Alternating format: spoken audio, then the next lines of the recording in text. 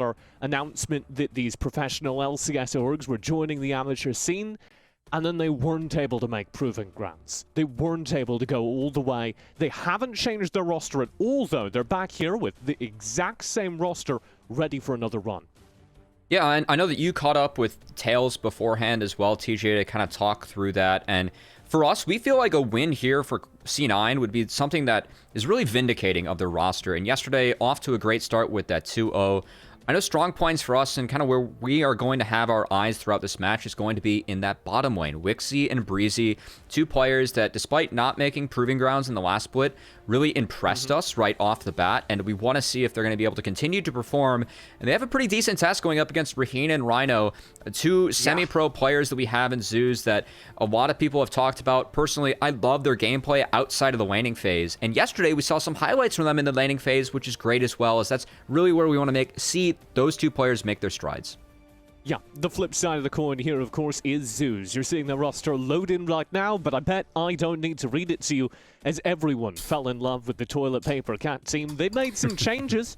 The addition of Griffin and Tuesday from the CLG Academy roster has, I think, strengthened the middle of the map for this team. We'll see if it can bolster their laning phase, their early game, where Cubby, you thought C9 might have an advantage.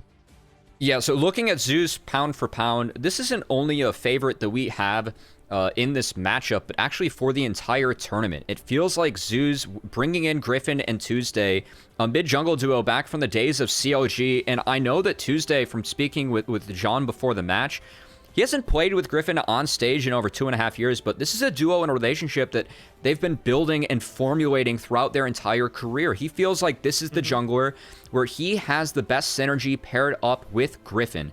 And we have to see now if that can come to fruition throughout the rest of the split. We saw that a little bit yesterday with Tuesday, known throughout Proving Grounds last split for his mage play in the mid lane, playing the Lucian and the Renekton and really focusing on that early shove and priority.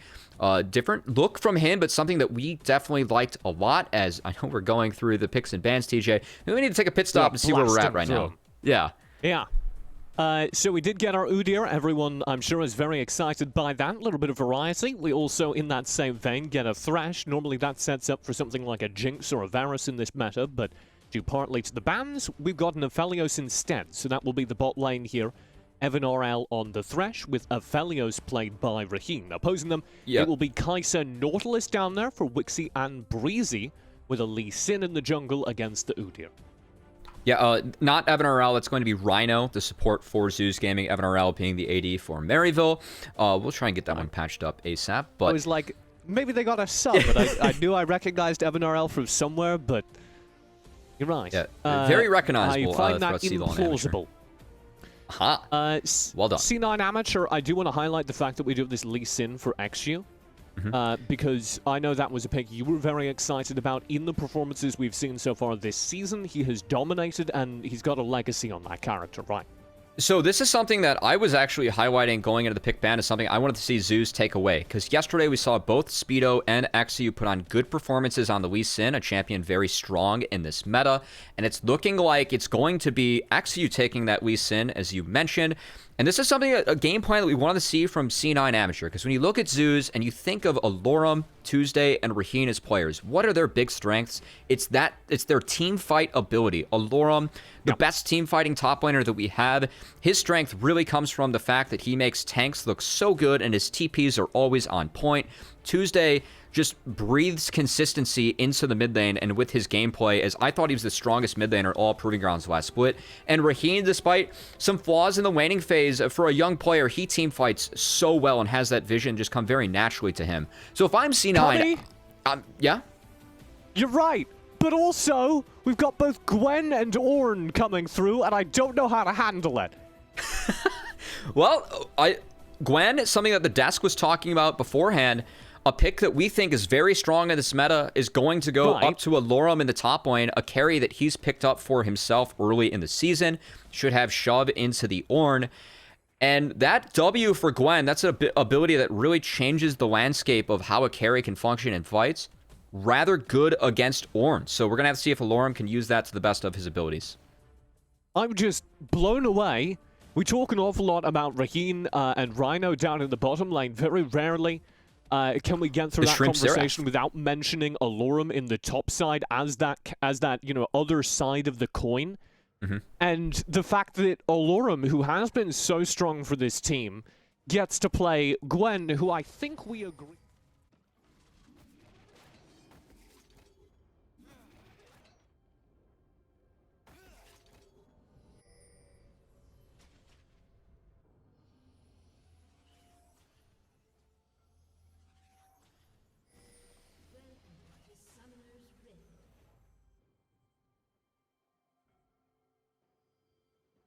of Proving Grounds has already been leaning on that rather heavily early.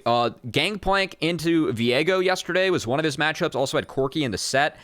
Two champions we haven't seen a lot of mid, and he's always been known throughout his career for his Xerath play. And he's going to be taking that this game into a rather melee-heavy team up against Zeus. So it's going to be really up to C9 to avoid the big engages on that artillery mage they have in the mid lane and buy enough space for Captain Shrimps to really put down the damage that Xerath can do if given the space in team fights. I'm really excited as well to see Captain Shrimps continue to demonstrate his versatility, Cubby. That was something we talked a lot about coming into today's game. There's this kind of X factor in the mid lane where you have Tuesday, who's played on a number of teams and rosters that didn't really feel like they were unleashing his full potential. So we've seen Tuesday playing for a very long time as a stable mid laner that doesn't make a whole lot of mistakes in the laning phase, contributes to team fights. But you can't help but wonder what that's going to look like now that he's on a team that is so strong around the sides of the map. And he's going into Captain Shrimps, who is the most exciting Zoomer I've seen play the mid lane this season.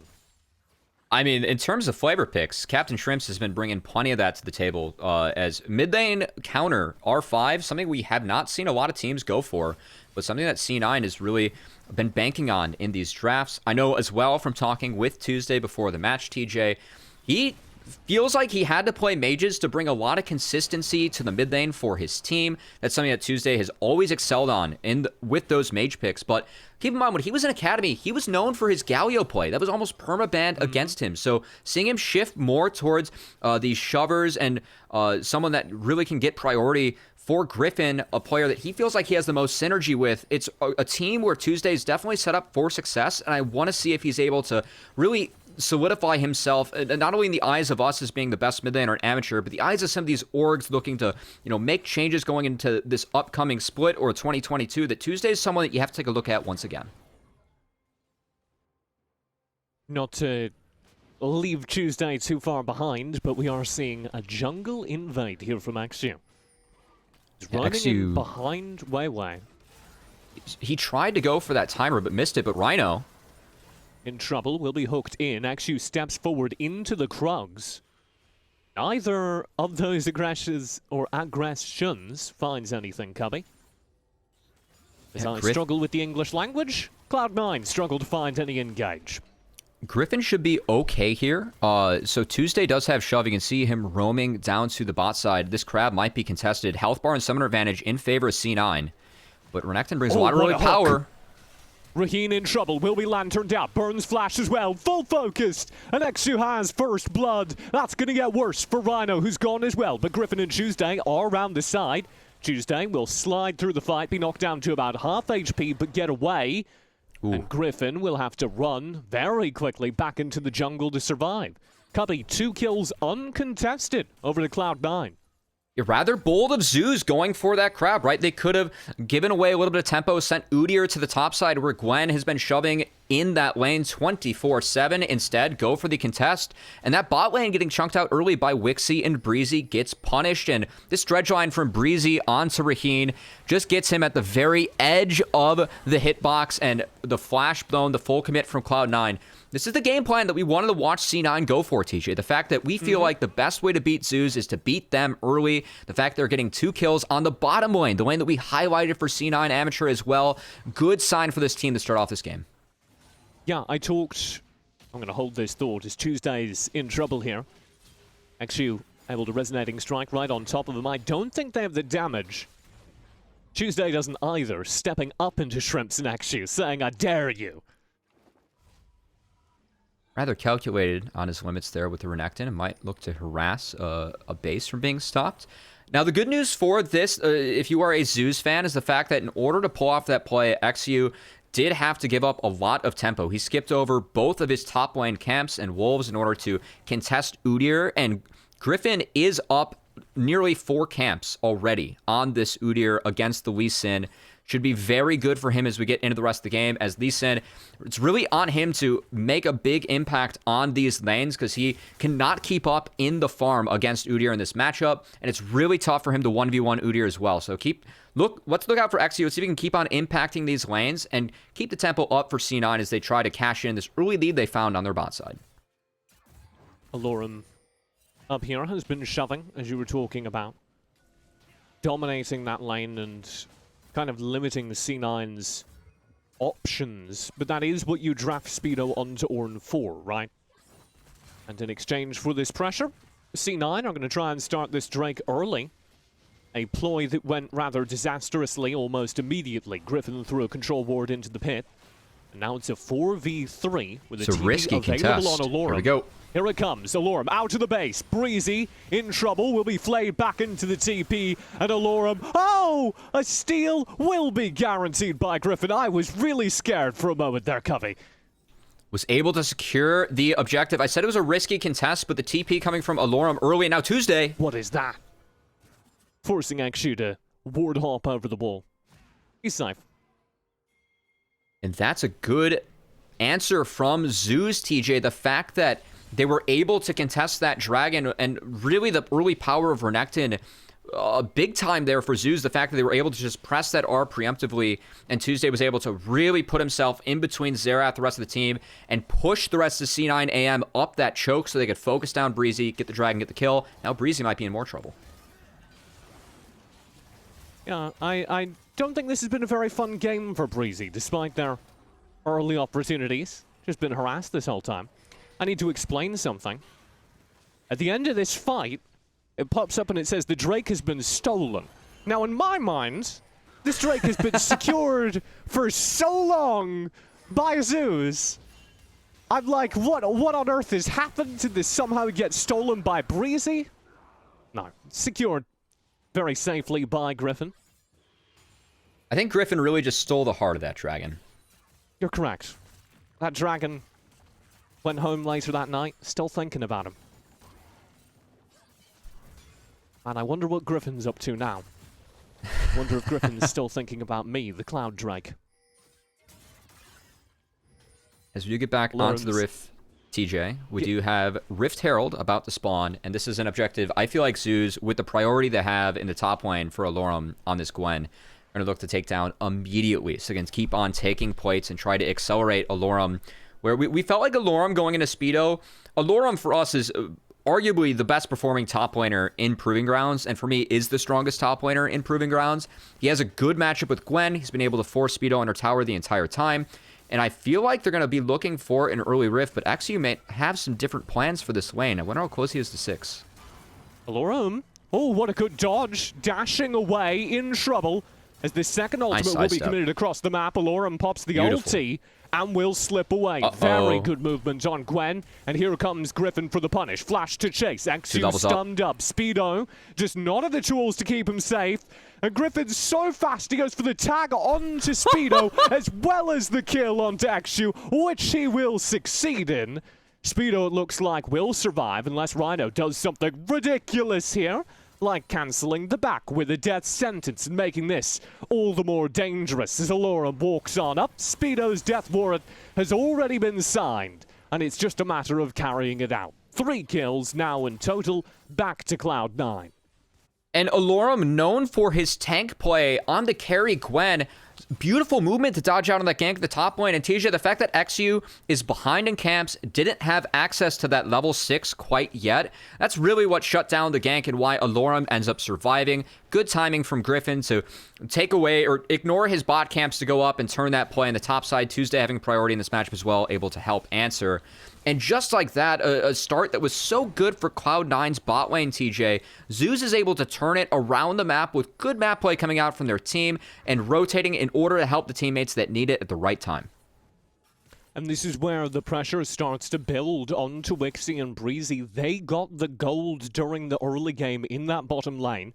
They do still have quite a substantial lane lead, but as we exit the first 10 minutes of this game, the premise that we set up, that Cloud9 could win through their bottom lane, is being tested. And a big point that it's being tested, TJ, it's not so much the bottom lane as Wixie and Breezy. They have a favorable matchup. They got an early lead. They've been doing a great job of that. But the big difference has been Griffin on this Udyr. The fact that he has been able to answer the plays without sacking the camps as... Oh, that's a flash that Breezy's going to want back. Yeah. Really sad time, so gonna be honest. Bit of a faceplant. Not something that you exactly want to see. Yeah, a little bit of a faceplant there. But, yeah, I mean, the fact that, look at the CS lead here for the Udyr, and also the toggle. Oh, sorry, boy. we had a replay. I mean, we needed to replay that sometimes. It's too much for X to deal with. Yeah, you can see Speedo just in trouble here. Here comes the Rift Herald. Speedo, you're not going to be able to survive this. No way. Ult out from Alorum. Turret's gone as well. And this is the game plan for Zeus. This is what this team has done so well for so long.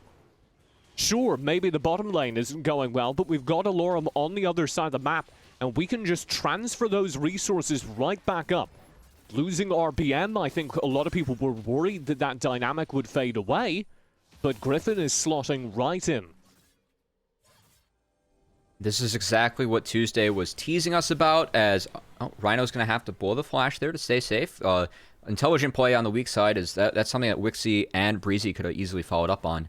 This is what Tuesday was talking about with us, TJ. The fact that he feels like he has this confidence, this synergy with Griffin, someone that he's played with in the past. He's always kept up and built up that relationship. Now they get to bring it back on the stage for Zeus Gaming. Is one of the reasons that we really have this team being a perennial favorite for us in the amateur split. The fact that it's the core of Zeus, a team that was so successful in the last split of amateur, and then also bringing in more experienced members like Tuesday and Griffin, who have a ton of, in Griffin's case, LCS experience, and Tuesday's case, Academy experience, where he was one of the top mid laners in Academy for some of those splits he was playing for CLG. When you put this roster together, pound for pound, there's an identity, there's direction, there's experience, there's youth, and overall, it's the right mix that we want to see from amateur teams to find success in these tournaments and also proving grounds. That has to be the goal for Zeus Gaming, given their success in the last split. Here is the Drake second of the game for Zeus as they pick it up. You were talking about it correctly. They've made it all the way to Proving Grounds, where they had a very high-profile upset or two. Grabbed one game off of an Academy team. Did so as well in the Grand Prix, the Unified Grand Prix earlier in the season. They didn't achieve much beyond that, and that perhaps is why we're seeing such aggression out from Tuesday and the rest of Zeus, as poor Speedo is chased down again in the top lane. And I love seeing this character progression as well from Tuesday as a mid laner. Just, I know that the meta is different going into this split, TJ. The fact that mages they've been nerfed a little bit, mostly their itemization and some of their kits that were popular. AP junglers are really coming into the fold, like Morgana, Rumble, who we don't see in this game, but we've seen dominating the tournament so far. AD junglers, or mid laners, to come back, and Tuesday, I mean, he's not known for his brawler play, right? He didn't play any brawlers in the last split of Proving Grounds, and now he's able to take a champion like Renekton and have this 1k gold lead over Captain Shrimps, who had the counter pick. He's been having first say on the map. He's been doing everything proactive that his team needs him to do. This isn't the Tuesday that we saw in the last split, TJ. We saw him taking champions like Orianna, Azir, Victor, doing his job in the first 20 minutes, and then having a big impact on team fights because he's able to get more farm and stay ahead. This is something that I really like seeing. The fact that he's able to show that he has multiple playstyles is going to bode really well for Zeus as they get further in this tournament. Yeah, despite that early game win for C9, Zeus have stepped quite drastically ahead. So now let's start talking. As that gold lead grows past 4,000 at the 15-minute mark, what does C9 do to stabilize this game? Is there even a hope of turning it back around? For me, that all rests on Kai'Sa Xerath, right? If you're Cloud9, you have to really force Zeus to overcommit into you, right? The fact that it's still 4 melee characters. If you can potentially, absorb that initial engage, gives Xerath a little bit more time to pump out that artillery damage in the backline. If Wixie is able to pick the right spots and get the right executions, maybe that's something that can turn it around as well. I think the big key, it's going to be, let's get Breezy out of that bottom lane, and let's see if we can set up something around mid to get a pick or two, right? Because Lee Sin, a lot of potential to do so, even against these very tanky melee characters that can stop it, as Tuesday... Yeah, Exu stepping up to try and find a pick. Tuesday, just 1 HP. He's got him. Captain Shrimp's able to strike back in the mid lane. That's exactly what C9 needs. They need a few more of those, but that's a start at least, as Exu does burn his flash to make a nice kick flash on the play, and they end up being rewarded with a kill. Now, Dragon isn't spawning anytime soon, so they can't snowball that into a further objective, TJ. But still, I mean, that's a positive play for C9. They get Wixie a couple free waves to crash in that bottom side as well, and they climb back a little bit to now a 3k gold deficit for them. Quite a good turnaround, but certainly not enough to end this game. So we've got to start talking about where that gold goes for the rest of the game. And for me, I'm looking at Speedo. Okay, Speedo's kind of blown out of lane right now, but he's still Auron, and that means that we're still going to get upgrades. And if you throw those upgrades onto a Captain Shrimps, onto a Wixie, I see a path for C9. I see a path for C9, but this has a bit of risks to it. That said, Zeus is going to opt not to contest, as Tuesday did burn his TP to get to that bottom lane. Instead, Shrimps. Shrimps in huge trouble. My god, Raheen, that was a massive burst of damage. Doesn't find the kill. Shrimps will survive, and the depth charge on Raheen. Wixie underneath the turret. C9 finds 2 more, and they've got that Rift Herald. This turret is going to get shredded. And that's Raheen and Rhino. Yes, they have the damage to pull that off. They don't need to go for that play, TJ. You have Alorum and Tuesday in the side lanes, denying waves getting shoved. They don't need to go for the kills, right? They need to prevent that turret from being taken. Instead, they step up a little bit too far. It's properly punished by C9. And Alorum now, he should be able to sneak his way out, but definitely has to take the long path. They still lose a couple side lanes, but that's another positive play going over for Cloud9 Amateur, and I like to see this team, even though they are behind, looking for proactive plays across the Rift. Yeah, you were critical of this during our prep. You were talking about how Rhino and Raheen are very good mechanically, but have a tendency to step up a little bit too much, lose in the 2v2s. Well, here it wasn't strictly a 2v2, but it is Wixie and his support, Breezy, who carry out the team fight. And C9, we talked about how we felt like both bot lanes going into this are pretty strong and pretty evenly matched. And it's good to see Wixie and Breezy showing up to play today, TJ, as unfortunately, due to the timing of that play, they had to go for the reset. They had to stop the side lanes from being crashed, and this does grant Zeus their 3rd dragon of the game. It still does put them on soul point, and Zeus still have a pretty dominant 3k gold lead and a clear path to victory. But the fact that they're showing some more slip-ups in the mid game, and the fact that Cloud9, they are capitalizing off those plays, definitely something that C9 can take to the bank for themselves and say that, hey, we have some good direction of what we're doing here, and we're able to punish some overextensions from Zeus. And that's what we'd like to see out of these young amateur teams playing. Yeah, we were talking a little bit to Tails, the coach of C9, Tails JJ, people may know him as, formerly of Harrisburg University. And he was telling us about how this split, they think they've got a stronger dynamic across the map. They're no longer the Wixie Breezy shot. They've got additional threats. And last split, where they didn't necessarily succeed, they still built a foundation he's proud of. And this season is the season where C9 Amateur say they're about to step up and prove what they're worth.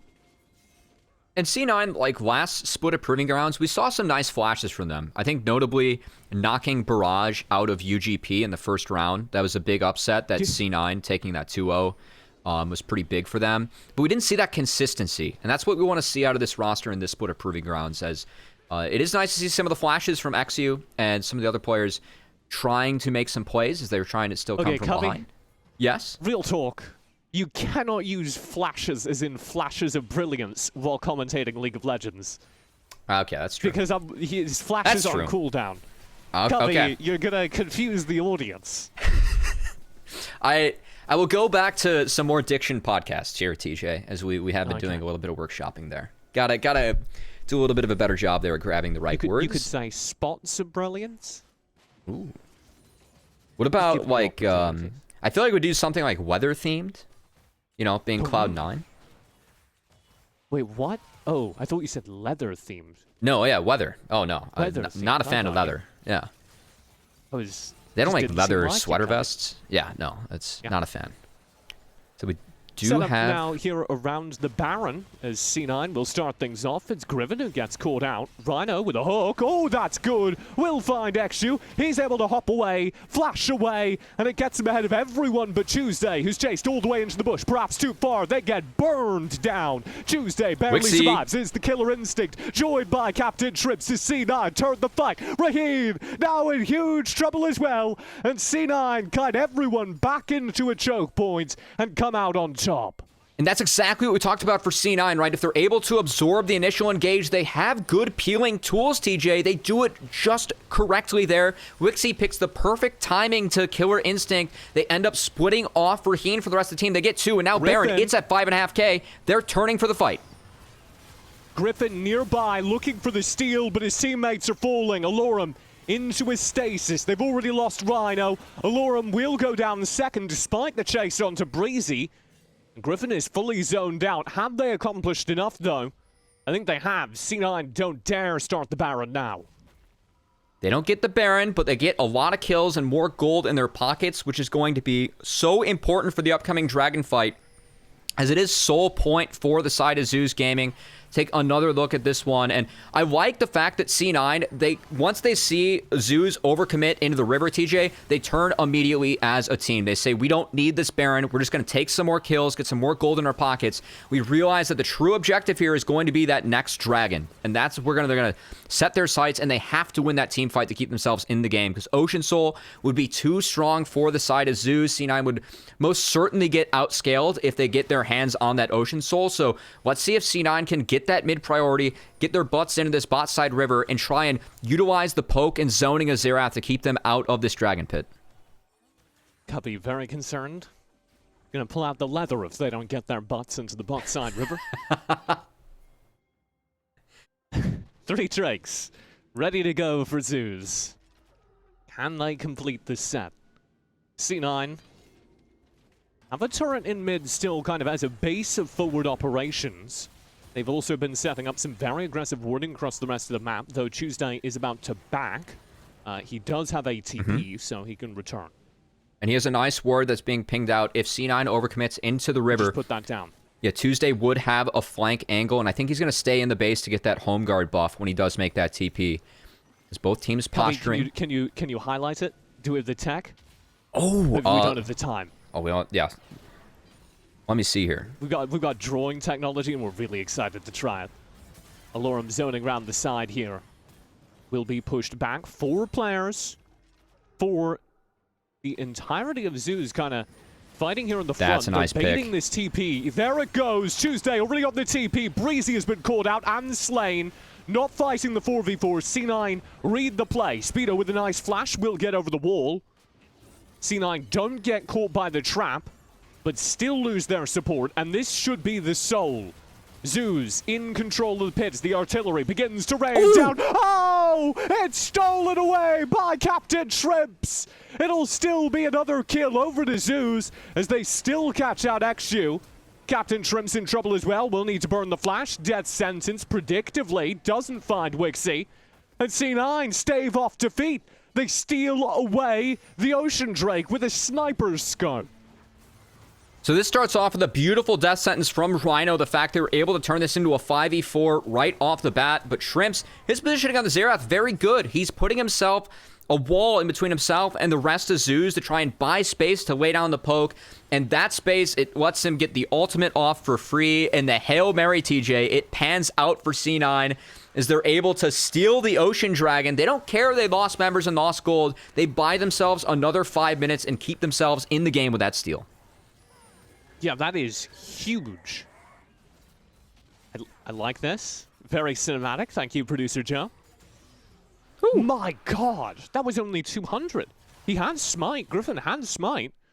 Just wasn't able to keep up with the pace that Drake was falling. And because he wasn't able to keep up with the pace of that smite, it does mean that C9 is still able to keep up in the pace of this game, as that is not Ocean Soul over to Zeus. They save the Ocean Dragon for themselves. It's not a death sentence quite yet in this game.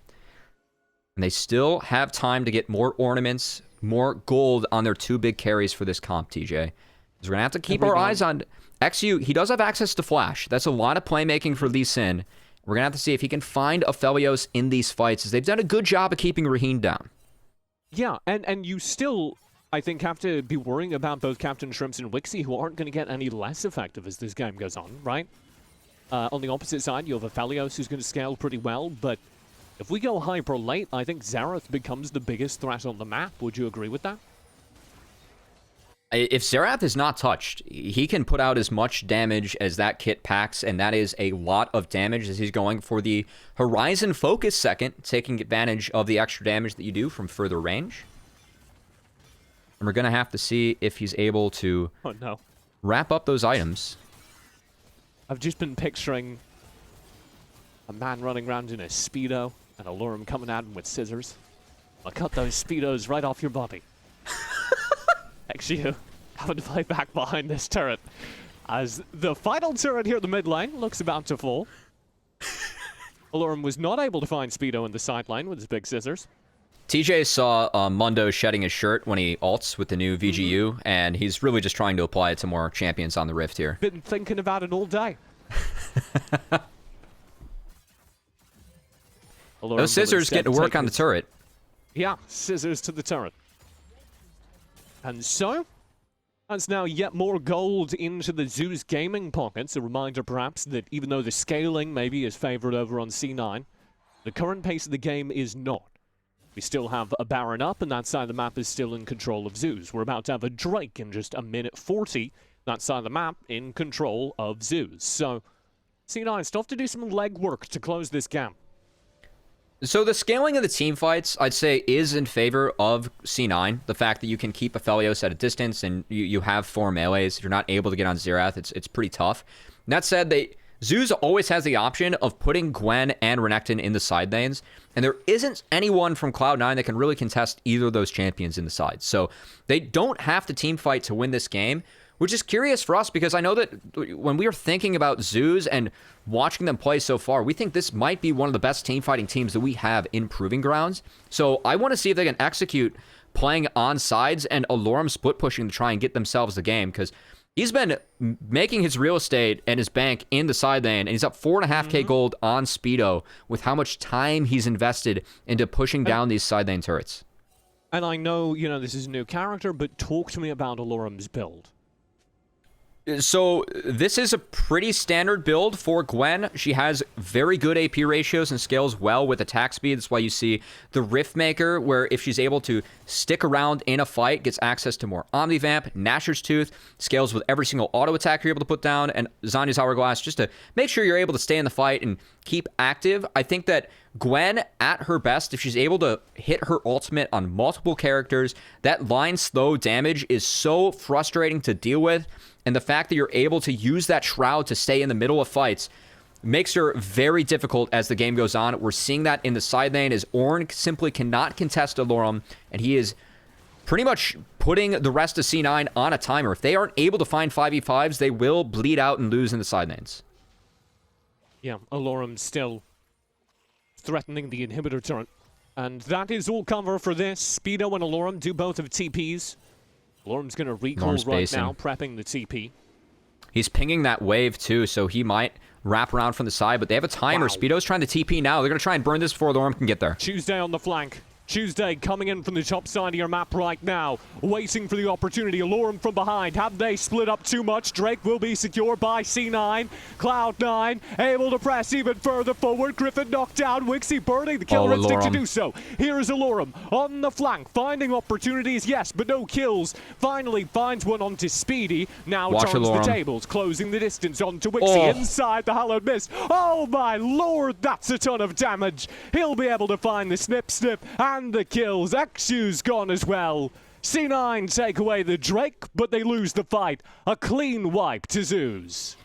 and keep your eyes on Alorum in this team fight, as Tuesday, he is going to land the cancel and keep Captain Shrimps out of the rest of the fight. But watch Alorum wrap around. All the cooldowns are being spent to take down Udyr. He doesn't matter that much in the big picture of the team fight. Wixie gets exhausted. Raheen and Rhino are able to buy space, and then Alorum on the back half just cleans up everybody as he stacks up that passive, and this is a big Q that comes in. Just presses the snip, and Wixie is just gone. And C9, they invested heavily to take down the big tanky members of the side of Zeus Gaming. And after that, they really didn't have anything else to take down the damage dealers in the Aphelios, in the Gwen. And now that Alorum has that death cap, TJ, you have to think that is the death sentence on this game. The fact that he has 4 completed items, the active Zhonya's. No one's going to be able to come close to contesting Alorum in these side lanes. C9 or Zeus should be able to easily 4-1 or 3-1-1 for the rest of this game and take the rest of these objectives with this Baron buff. And they might be looking to end the game on this Baron buff duration as well. Yeah, they ought to be. Because again, I think you're right that at this point it's going to be very difficult for C9 to turn anything. But 5v5s are still pretty sketchy for Zeus. Captain Shrimps was focused out of that last fight by some very good play from Tuesday. You can't guarantee that every time, though. As the game goes on, that's a risk you want to take less and less. So, C9 got to be thinking just about extending this game as long as possible. That's why what Speedo just did is very important. Just trying to cut the wave, harm the wave. And now go in. What a flash engage! Raheen's caught out, knocked into GA. The Lantern's still going to be there on respawn, but it's like triple warded. Raheen can't get there. Did kill one of the wards because it was the pink ward, but Alorum's round the side onto Speedo. Oh my goodness. He'll take a turret in trade for that kill. Speedo was just trying to clear a wave. Oh my Can't lord. even challenge Alorum, and he's not going to change as the turret falls. Alorum for 1. Oh dear lord. Alorum for 2. Oh my god. Oh my. Into the Hollow Mist. He's going to drop into stasis. That buys enough time for Tuesday to come round. He's just 1v5 right now. And Alorum's coming out on top. Oh my goodness. Here is Tuesday. That's the backup Alorum did not need. And this will be the game passed over out of the hands of Grandpa and to the feet of Zeus. They're going to look ready to take game number 1 in this series in pretty dominant fashion. Breezy and Wixie can do nothing as their Nexus turrets fall and Zeus come out on top. What a performance from Alorum. I mean, that was a great pick that C9 was able to find the back half of that fight, TJ. But Alorum says, no, thank you. This game is ours. The Gwen is too fed. He's able to take over. And they send us to a game 2 with Zeus up 1-0. I am genuinely astonished by the amount of Gwen we just got. I knew she was good, but I was baited. I did a tournament earlier in this week for a couple of the amateur teams. We saw like AoE randoms, a lot of the field here at Cup actually playing in it. And there were a couple Gwens in that tournament, Cubby, and they didn't do anything like that. So I was like, you know, maybe I got the theory on Gwen a little wrong. Maybe she's not broken. And then Alorum spends the entire first half of the game just kind of farming in the side lanes. And I'm like, yeah, it's not doing very much. And then just walks into the base as a 1v5 monster. They can do nothing to harm. That was something else. Yeah, I know that from, talking with Tuesday beforehand, he was talking a lot about the leadership that him and Griffin bring to the team, the young duo in the bot lane of Raheen and Rhino. But he said, like, in parentheses, except we have Grandpa Alorum. And it's good to see that Grandpa Alorum has some good hands still, as, man, that Gwen in those late fights, I mean, the way that Alorum was piloting that champion throughout the entirety of this game, he is on top of his game and on top of this new champion. Looks very comfortable on the Gwen. The damage he was pumping out, the fact that he was able to absorb those ganks in the top lane and turn it around, which is really what got Zeus their lead in the first place. Yeah. An all-star performance from Alorum in that game is he pushes his team to a game 2 with a 1-0 lead.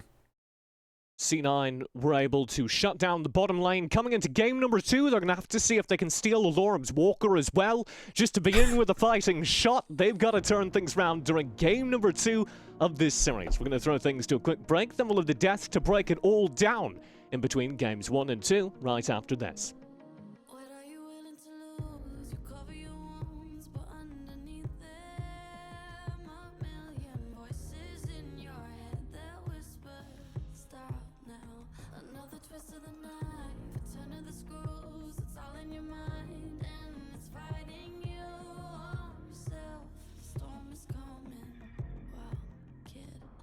gonna do now? It's your reflection looking back to pull you down. So are you gonna die today or make it out alive? You gotta conquer the monster in your head and then you'll fly, fly, Phoenix fly. It's time for a new empire. Go bury your demons, then tear down the ceiling, Phoenix fly. And now you're playing with matches, come out of the ashes underneath you. A million voices in the crowd, they're screaming, stop now. Well, let them swallow the pride, you're turning the tide to true believers. Got them in the palm of your hand, you're playing God now. What you gonna do now? It's your reflection looking back to pull you down. So are you gonna die today or make it out alive? You gotta conquer the monster in your head and then you'll fly, fly, Phoenix fly. It's time for a new empire. Go bury your demons, then tear down the ceiling, Phoenix fly.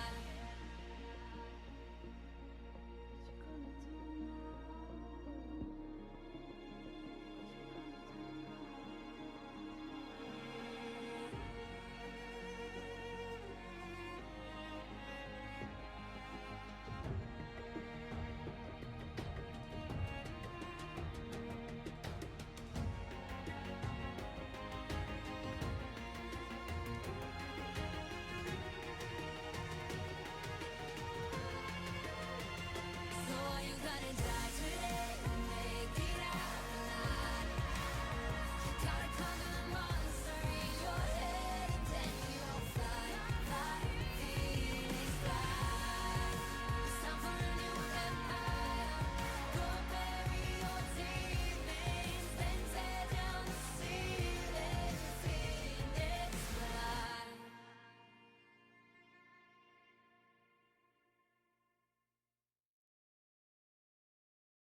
Welcome back, everybody, to All Chat. We had a pretty interesting game one against a lot of people's expectations, maybe a little bit closer between Zeus Gaming and C9 Amateur than some people were expecting. Welcome back, everybody, to All Chat. My name is Paulsible. I'm here with Josh and Smacks, and rather than let you guys talk, I'm just going to get straight into it. We're going to play a game called Legal Legends here, folks. Now, the way this one works is each of our panelists is going to make 1 point, 2 sentences tops on this point. Then the other one will get 2 questions to try and poke holes in that point made. Then we switch over, mirror it, and do the whole thing over again. So Smacks, based on what we saw from the first game, what is your case? I think if we can all agree that the jungle gap in that first game was pretty gigantic in favor of Griffin, and I don't want to take anything away from him. He did play very well, but I would wager that that difference is mostly built up off the fact that it was Udyr versus Lee Sin. I would say that it is mostly draft difference that happened to be the case that blew up that matchup. All right, Draft Smacks. difference. Interesting. I got a question for you. The first one is, I think that we can possibly attribute more of this instead of the draft difference to a poor jungle read at the very beginning. XU tried to invade Udyr after doing 3 camps at Udyr's Krugs. However, it did end up with a favorable bot lane play because XU got some jungle priority and he had his team all rally around and they got the first 2 kills of the game there for Cloud9 Amateur. So even with that going awry, they still had a pretty good play right there. And then after that play all unfolds, it's still an Udyr gap in the Okay, but what about the rest of the game, Smacks? We saw a lot of opportunities where XU had some really big kicks on exactly Lee Sin in order to save a lot of their plays. Lee Sin is very good, and XU is very good for XU, I will say. And he is good at this champion, but against Udyr, you can't can't be picking a champion like this without completely snowballing the game and keep going for all of these different plays back to back to back to back to back. We saw the first one, it went very well, and then a complete silence from there. And that's the kind of game that Udyr thrives in. Worked out very well. Well, you know what, Smacks? I think you've successfully defended your case here. I think that makes Now. a good deal of sense. And as the judge, let me talk, Josh. I'm gonna award Smacks 5 points. I think he did a good job defending his point. Wow, You could have. okay. I feel like prosecutor, you could have been a little bit more aggressive on your questions there. You didn't poke enough holes in your argument. But now it's your turn, Josh. What is your case for game number 1?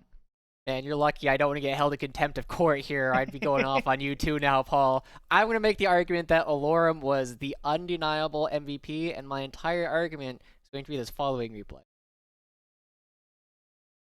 I mean, When it Did comes. It's coming, I swear. yeah, there it is. It's hard not to look at things like this favorably for Yeah. Alorum. I will say that. This is my pretty much entire argument. Look at this. Look at that man. He is a baller. Okay, There's a reason why this guy is on LCS. first question here, Joshi. Would you not say that it is instead Gwen the champion that is the MVP in this game, rather than Alorum? Well, I think this is pretty easy to respond to because the difference between Alorum and Speedo, a lot of people are crediting Alorum as potentially the best top laner in the entire tournament, and Speedo a little bit lower than that. So I maintain that he could have done this on almost any carry champion. Okay. Consider this. Is it not the people who designed Gwen that are the MVP in this game? Your Honor, objection. He's just asking the same question the exact same way. I think he could have done it on Irelia, give him like an Urgot or even like a Nari. It wouldn't have looked the same, but he still would have had the same outcome. The guy was a 4,000 gold, and you can't attribute all of that just to the champion design. Objection sustained. Smacks, think of another question. Is it not Riot Games who is the MVP for That's the creating same such a question champion? 3 times, Smacks. 3 times in a row you asked me this, or you asked him the same question. All right. Never mind. Okay. Those 5 points I just gave you, Smacks, they're gone. Thank They're God. gone. You're All back right, to I feel a 20. little bit I'm giving vindicated. them to Josh instead. Next time you got to be a little bit more creative there, bud. Yes. I mean, I think we can all agree that Gwen is Very pretty good. Yes. And that ties I back bet to what 2 you were saying billion at the on it. top of the show here, Smacks. Yeah. I mean, your prediction's looking pretty good. Gwen 100% presence, and whoever gets her kind of rolls. I think that's a strong statement based off what we saw in game 1. It's a pretty good Results-based champion. analysis. Okay. I said this before the game. Oh my word. Anyway, this champion is so strong. Like Cubby was saying, the ultimate is ridiculous. It may not have looked like it on paper, and I know that most analysts, when we were looking at this ability, were like, AP ratios aren't that good. All it really does is slow. It kind of sucks. But when you stack up all of the needles and it goes through the entire enemy team and it's healing you off of your passive throughout the entirety of it, you can see fights like the Baron one in this game where Alorum, he dives in and he just casts his ultimate and it deals like 4,000 damage. Yeah, and don't forget, he's also building the Rift Maker as like one of the core Yeah. items on Gwen. So not only is he healing off of his passive with a little snip, and every time you auto attack something, you get a little bit of HP back, but he's also getting the Rift Maker healing. It's basically a second Conqueror that you add up. You get a lot of true damage, you get a lot of healing. When you combine that rune, that item, and that champion, it becomes this perfect storm of just like raw damage. And I was kind of surprised that it got as far along in the draft as it did. It was picked like the 4th pick on blue side. Yeah. Right. I was expecting this to be first pick or banned. I mean, pretty much when- right away. When we see that Cloud9 Amateur have already locked in Ornn for their top laner, that already opens the way because you know at that point that Malphite, aka the Rock Champion, will not be there to counter the Scissors. So from then on out, it's just like super. We're out of the It's bit, so okay. I'm not going to take points away for that pun, Smacks. You luck out this time. Only this time, though. Yeah, And it should gain let's points. move forward here, right? Because albeit Alorum, Gwen, all that looked pretty good. I think it's pretty safe to say that C9 Amateur probably aren't going to let that through to Alorum a second game in a row. So, Josh, what do we think some adjustments can be? What adjustments can be made here for C9 Amateur? Because it was closer than we necessarily anticipated. There were a lot of team fights that looked pretty good for C9 Amateur. I don't think they're out of this series yet. No, the game was actually surprisingly close, I think. Like, kind of going to Smax's point, like the Lee Sin in the jungle, I wasn't super impressed with as a champion. I think it's a lot better in the solo lanes. So potentially just throwing it over there, trust Captain Shrimps or Speedo to stand up to Alorum and Tuesday, which is, I know, a tall task. But you kind of have to try and find an advantage somewhere. Otherwise, they pick the Ornn and the Xerath, which is very defensive, very scaling. But then you need a little bit more. You need a bit of a stronger gank down in the bottom lane to actually make it work. XU kind of lucked out in some ways that Breezy is really good at this Nautilus and found Raheen stepping a little bit too far forward around the first Scuttle Crab. Breezy in that bottom lane just looks really, really nice. And of course, I've been singing the praises of Wixie for a while too. I personally did not think that they would be able to pull off plays like that against the bottom lane of Raheen and Rhino, who we saw perform incredibly well against Shady just yesterday, who has LCS experience on Phoenix One. So that was certainly really surprising to me. And I really expected Rhino to be the support to beat in this entire tournament, but Breezy certainly did make a name for himself in this series. And yeah, I think they're not completely down and out. They do still have at least one more game left, but I mean, they are against what I would consider to be the best team in the entire tournament. Okay, well, then let's talk about that bot lane then, right? Let's zone in on that, zero in a little bit further, because is that the win condition? Do we want to just see Cloud9 Amateur throw everything at their bottom lane? It seems like they're kind of doing that already. Are there any adjustments they can make down there in champions, how they pull XU over, Smax? I feel like that bot lane works really well for them, and we did get to see them have this tremendous lead, but I think it does come down to what I was mentioning before, that this Lee Sin in the jungle just doesn't provide enough resources for your team later on. You just have a gigantic gold deficit, not to mention the top lane champion difference that was there too. Ornn just has to sit there and take a beating against Gwen for the entirety of the lane. That gold lead just kept on growing. 2,000, 4,000, 6,000 by the end of the game. They did get the bot lane really ahead, but as we usually end up seeing in split map situations, it works really well if it's a one champion that's really fed against your bot lane that is also fed. But if it's Gwen and Udyr and Renekton, who are all monstrous against you, two of which have point-click stuns, then you as Kai'Sa are kind of doomed. Yeah, I think there's a little bit more here too, right? Because we didn't see a whole lot of movement from either Captain Shrimps or Speedo towards the bottom lane. You saw XU go down once or twice, but you can't roam as there. It's really difficult to get some effective TPs off as Ornn, and I think if they transition a little bit further into being able to play around it, they might find a little bit more success. But I also got to say, this game, my prediction, I still feel pretty good about the 60 minutes because I feel like there are a couple big flukes in that whole game where it got dragged out a little bit farther than it probably should have. I'm thinking of a specific smite or lack thereof, but Zeus still looked pretty good across the entire board. Well, and it wasn't just that smite, right? There were a couple of fights where C9 Amateur found Zeus caught out, but we'll see if C9 Amateur can come up with the same sort of results. We go to a quick break here, folks, but when we come back, it's game number 2.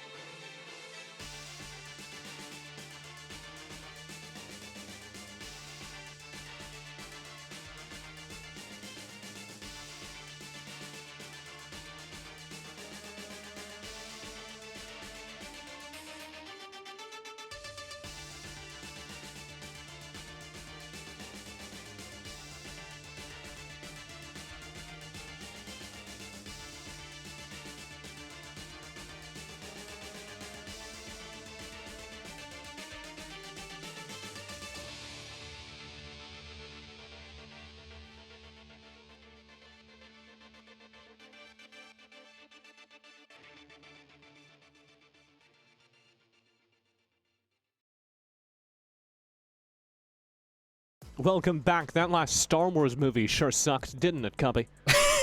Yes, it did. There's All no right, saving welcome that. back. It's game number 2. C9 put up an effort during game number 1, and we were talking about it on the desk before we got sidetracked by J.J. Abrams' many sins. And I think kind of the hard part for us is we have a document here that lays out everything we want Cloud9 to do to get an upset win versus Zeus. And I'm looking down the list, all the checkboxes are ticked. We talked about, giving their bot lane a little bit of potential to playmake and making sure that XU's on a ganking jungler. And it was close. I think that the big turning point of that was when the gank in the top lane failed. XU was too far behind. He was down 2 to 3 levels at one point, and that gave Alorum really the strength that he needed on Gwen to just scale uncontrollably that game in the side lane. That's ultimately what we saw in the end, as Alorum was able to carry that game through for Zeus Gaming as they're up 1-0. But look at C9. They've already gone back to the drawing board, and no more scissors. They've got a really good sample size now, Cubby. And you will note the Gwen has been banned. Zeus Gaming on the opposite side are going to get rid of Viego and Rumble as we head through the bans. It's a very strange world in which Rumble and Morgana are must-ban junglers, but they certainly are. Varus, if you're wondering, if you're not keeping up with the pro meta this season, Varus is also considered kind of pick-ban, probably the most powerful AD carry, which is why they've been banned out here. So this is where C9, usually you'd see an Udyr pick here. For C9, I expect a Lee Sin to come through for their squad, as given the flexibility they can play that in top and jungle, they've shown. I expect that Shrimps can play at mid. I say this and prep my point. It is going to be Udyr, so a shift for them. XU is going to have access to, considering the bans, probably the strongest jungler that's left on this patch. Going to have access to an easy full clear where he's level 4 going for that first crab early. And we did see C9 make a very positive play around that first crab in the bot side thanks to the early strength they were able to give Wixie and Breezy. I'm just really delighted, Cubby. I was worried for approximately 5 milliseconds that we were going to get a game without an Udyr in it. My heart has been laid to rest. We're good. It will be an Olaf in answer for Griffin. Wow. Okay, so Olaf, so this does pit Tuesday into potentially playing an AP character in the mid lane. That's something that we haven't seen him play so far. He has 2 games Renekton and 1 game Lucian in Cup in their 3 wins. I say that there is another champion that got through this pick and ban, and that's going to be Senna for Raheen, a champion that he plays very well. And a champion that I'm a personal big fan of in this current patch. He's been under the radar for a while and can be played in a variety of roles. Also be considerate of the possibility it could be flexed into support. Speaking of, you may be noticing, if you're an eagle-eyed viewer, that the support for Zeus Gaming is listed as Evan RL. We're running a lot of technology. There's a lot of spaghetti here, and sometimes it gets a little twisted. It is not, in fact, Evan RL playing support. It will be Pocket Rhino as per usual. Okay, so Lee Sin and Karma to complete things. That is also another support enchanter character that I'm very delighted by. Could be played support, could be played mid. There's a lot of variety in that pick. I like the Karma here because you get a nice flex where, as you mentioned, support. I think Enchantresses are very good into Senna lanes, especially when you think of pairings for Senna. You oftentimes think of Tahm Kench, which we should see taken off the board here by C9. They're also going to take away Set. That's another potential pairing. Karma deals rather well with the fact that you have to farm as a melee if you're going to go for the fasting Senna and pair up things like Senna, Set, Senna, Tahm Kench. So I'm curious to see if we see a Karma Ashe lane. Ironically, this is actually the lane that Zeus themselves ran in Game 1 yesterday against Maryville, where Evan RL did play the Senna Tahm Kench, as they are removing some AD carries that are rather strong against Senna. Ezreal, something that Wixie is very proficient on, as well as the Jinx, which does well in the Senna lanes, given the AoE damage. Did you see we got Senna buffs as well? They think they think their balance changes, but they're buffs. I'm living my best life right now. Yeah, so... what do you make of Lee Sin Udyr? I want to talk through that, because we've seen a fair amount of Lee Sin flexed around recently. Is this going to be top Lee Sin? That's what I expect. That's what C9 has shown so far. And curiously enough, looks like they're actually going to give away the Tahm Kench. I would fully expect Zeus to lock that in here. Save counter pick for Tuesday. Why not at this point? And I think we're going to see an Ashe then from Wixie, which Olaf is pretty strong into. I think it's going to be Lee Sin. I know that Alorum opting for the Urgot, a pick that he's been known for throughout his entire career, should feel rather comfortable in that lane. Lee Sin does have a lot of early priority and agency given how strong his buffed up E is. It is getting nerfed on the next patch or tomorrow, in case anyone's wondering. But that cooldown, the base damage, it's a little bit too much to deal with in the top lane, and it's made Lee Sin very strong. And we saw Speedo play that to a win. Oh my goodness, 2 Enchantresses. It is full meta, full AD carry, this lane that we put so much focus on between these two teams. We talked a ton about the power of this bottom lane between Breezy and Wixie, and on the opposite side, Raheen and Rhino. Both these lanes are stars, and on one side, it's going to be the Senna Tahm Kench you've all been dreaming of. Everyone can't wait to watch more Senna TK because of its dynamic excitement. But don't worry, it's going into another lane that moves equally quickly. You're going to see a Kog'Maw and a Lulu, which are also going to want to sit there and farm for the first 20 minutes of the game. But both these lanes are a little bit insane once we get out of that early phase. Honestly, too, so I was talking about the Enchantress strength into a Senna Tahm Kench lane. The fact that you have 2 and this Kog'Maw, and you look at the side of C9 and Zeus, how are Zeus going to get on top of Kog'Maw when you have a Lulu and a Karma? That's something that they're going to have to really figure out as the game goes on. Now, Victor does have range where you can kind of slow down and chunk out the Kog'Maw and the Enchantresses, but overall, this is the Wixie show, this game, right? It's how many buffs can we put on our AD carry, and is Wixie going to be able to navigate these team fights on the Kog'Maw? This is a lane that's very favorable. I know that the disinteraction for Tahm Kench and Senna, something that actually Lulu and Kog'Maw can try and rival. They can trade pretty heavily into that lane and get favorable trades once Kog'Maw gets a few points in that W. So we do have to look out for that lane and see how Wixie can do in this game. Yeah, and I think this also makes this a jungle matchup as well. But before we get too far into that, because I do want to touch on it, I want to share with the chat, we talked to the coach of both teams, in Zoo's case, one of their players, before the game, and I asked Tails if there was anything he wanted to share, and I don't think that's displaying. There it is. And he said that he was wishing everyone the best and wanted to make sure that everyone in chat stayed COVID-free. That was all he wanted to share with the broadcast when I gave him the opportunity to say anything in the world. So, I owe it to him, Tails JJ, the coach of C9 Amateur, to pass that on. Very wholesome. All right. Tails. Cummy, welcome to game. We got good vibes from Tails as coach, and now we can talk about the jungle matchup. Olaf into Udyr, and we were talking about how both these lanes are very disengage heavy. That normally makes it all about the jungle engage, right? Yeah, we're going to have to see if XU can get a big lead onto Wei, who has to flash. Yeah. He got me with that one. All right, Griffin. I called you Wei once. I see Olaf. I see Wei. You know, what else can I say with that one? But I did it Griffin, last game. down a I was flash. just on autopilot. I was like, wait. I was like, wait. Wait. Wait. Don't tell me. That's a news quiz on NPR. I don't know if you know that. That's a boomer reference, because I feel like this cast doesn't have enough geriatric vibes. I want to talk to you about news quizzes on National Public Radio. And we were already referencing, pop culture.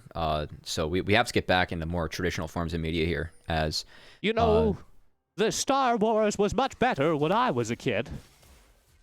I mean, it was. But besides that. We are going to get back into some traditional jungle starts, as both junglers starting on their blue buffs will be looking to full clear most likely, and I'm curious to see if that flash being down for Griffin ends up getting punished by the side of C9.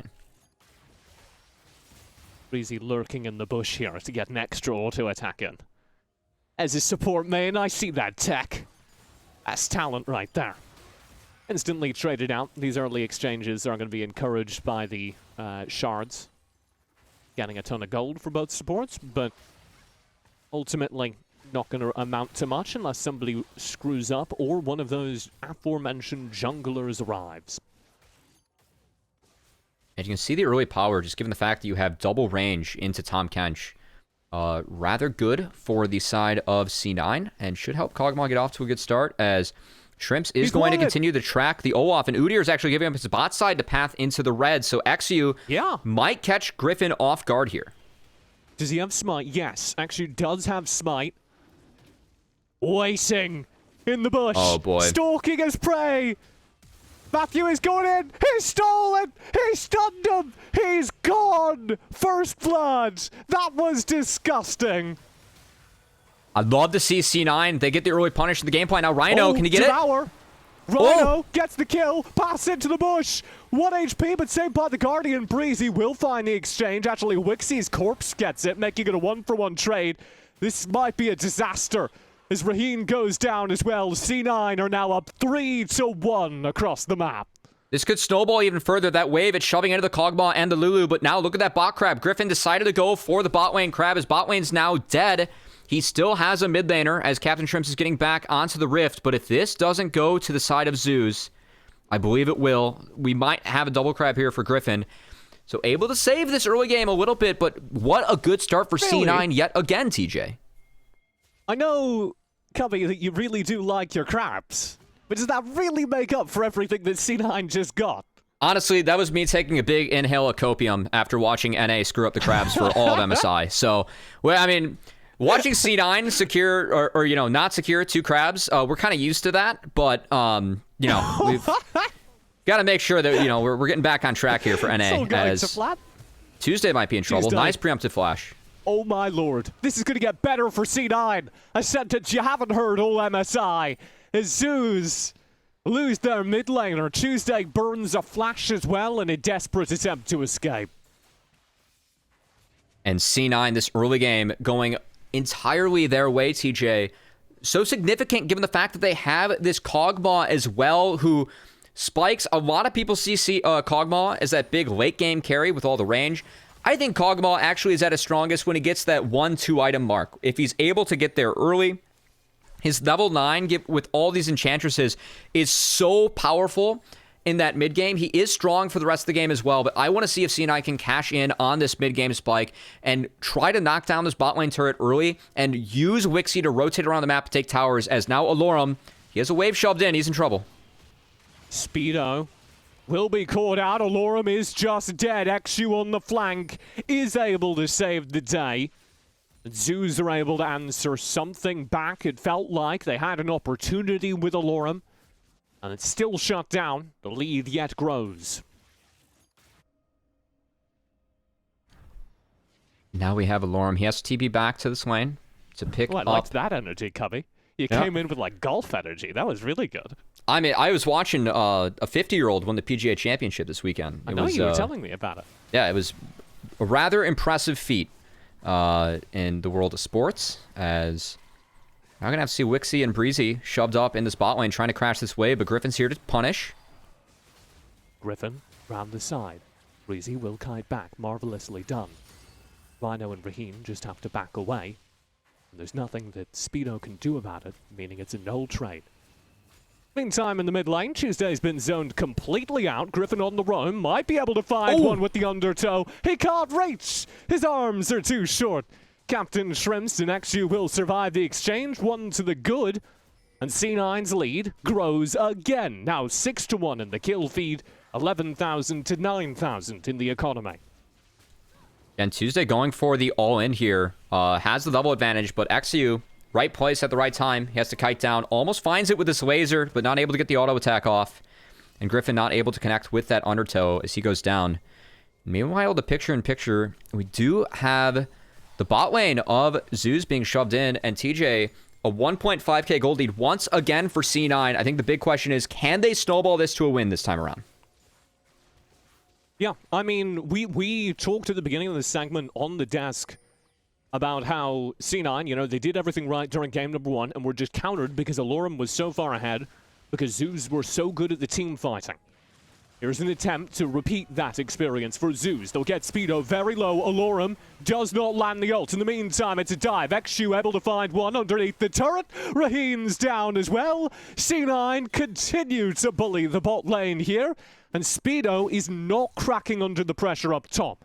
There is quite a large wave headed his way, though, so Speedo will need to play this very carefully. Kites cleanly, burns down the wave, all is good, and C9 are in control of this game.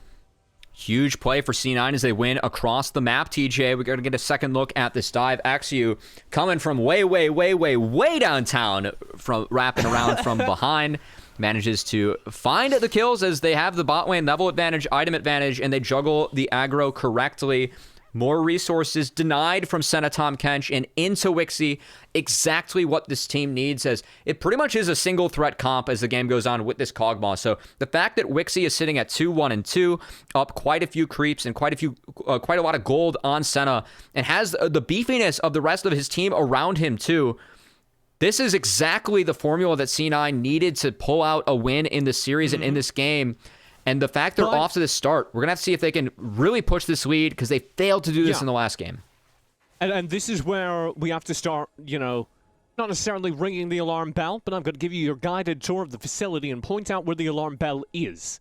Zeus Gaming do have Tuesday in the mid lane on a Victor. They do have Raheen on a Senna. Those two champions, pretty much regardless of what happens throughout the first 20 minutes of this game, are going to start getting scary after that 20-25 minute mark. So you've got to pay attention to those matchups, and you've got to be hoping, if you're a C9 fan, that this game doesn't take too long.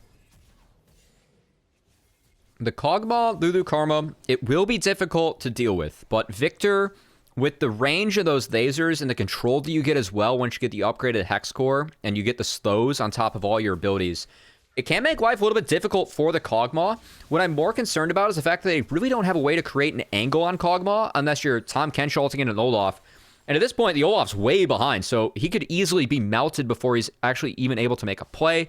And that said, it looks like Zeus, they've given up on this bot lane. They took the Herald, and because the Herald went down, XU knows that Griffin cannot be here. Just him showing up forces Raheen and Rhino off the wave, and that's more plates and more gold over to the pockets of Wixie. One turret plate remains in the bottom lane. Will they be able to go to IQ and replace them? No. Zeus are going to continue to be pressed across the map. What a good engage! Captain Shrimps finding the route, and the kill follows immediately afterwards. And Zeus that's denied the trip to get more crockery. This is getting worse and worse. And that's the second time that we've seen Captain Shrimps preemptively flash on Tuesday once the route connects. And I love that small mechanical play because it's guaranteed the kill both times. It just shows that Shrimps knows the limits of this Karma so well, knows that his team has his back early in the game. And it's one of the reasons they are up 4K gold at 10 minutes. This is a significant lead for Cloud9. And it's great to watch them. You know, they kind of won the early game last game. They didn't manage to snowball that because XU fell behind. They lost the play on the top side. But this time, TJ, it feels like they got ahead early thanks to the fact they got rid of Griffin's flash, and they had a game plan to snowball the rest of the game from there, and they're executing upon it.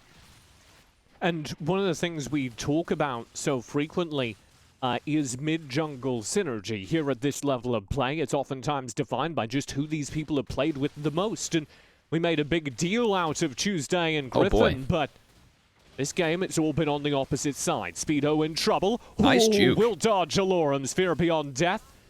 And Captain Shrimps is here in time to save the day.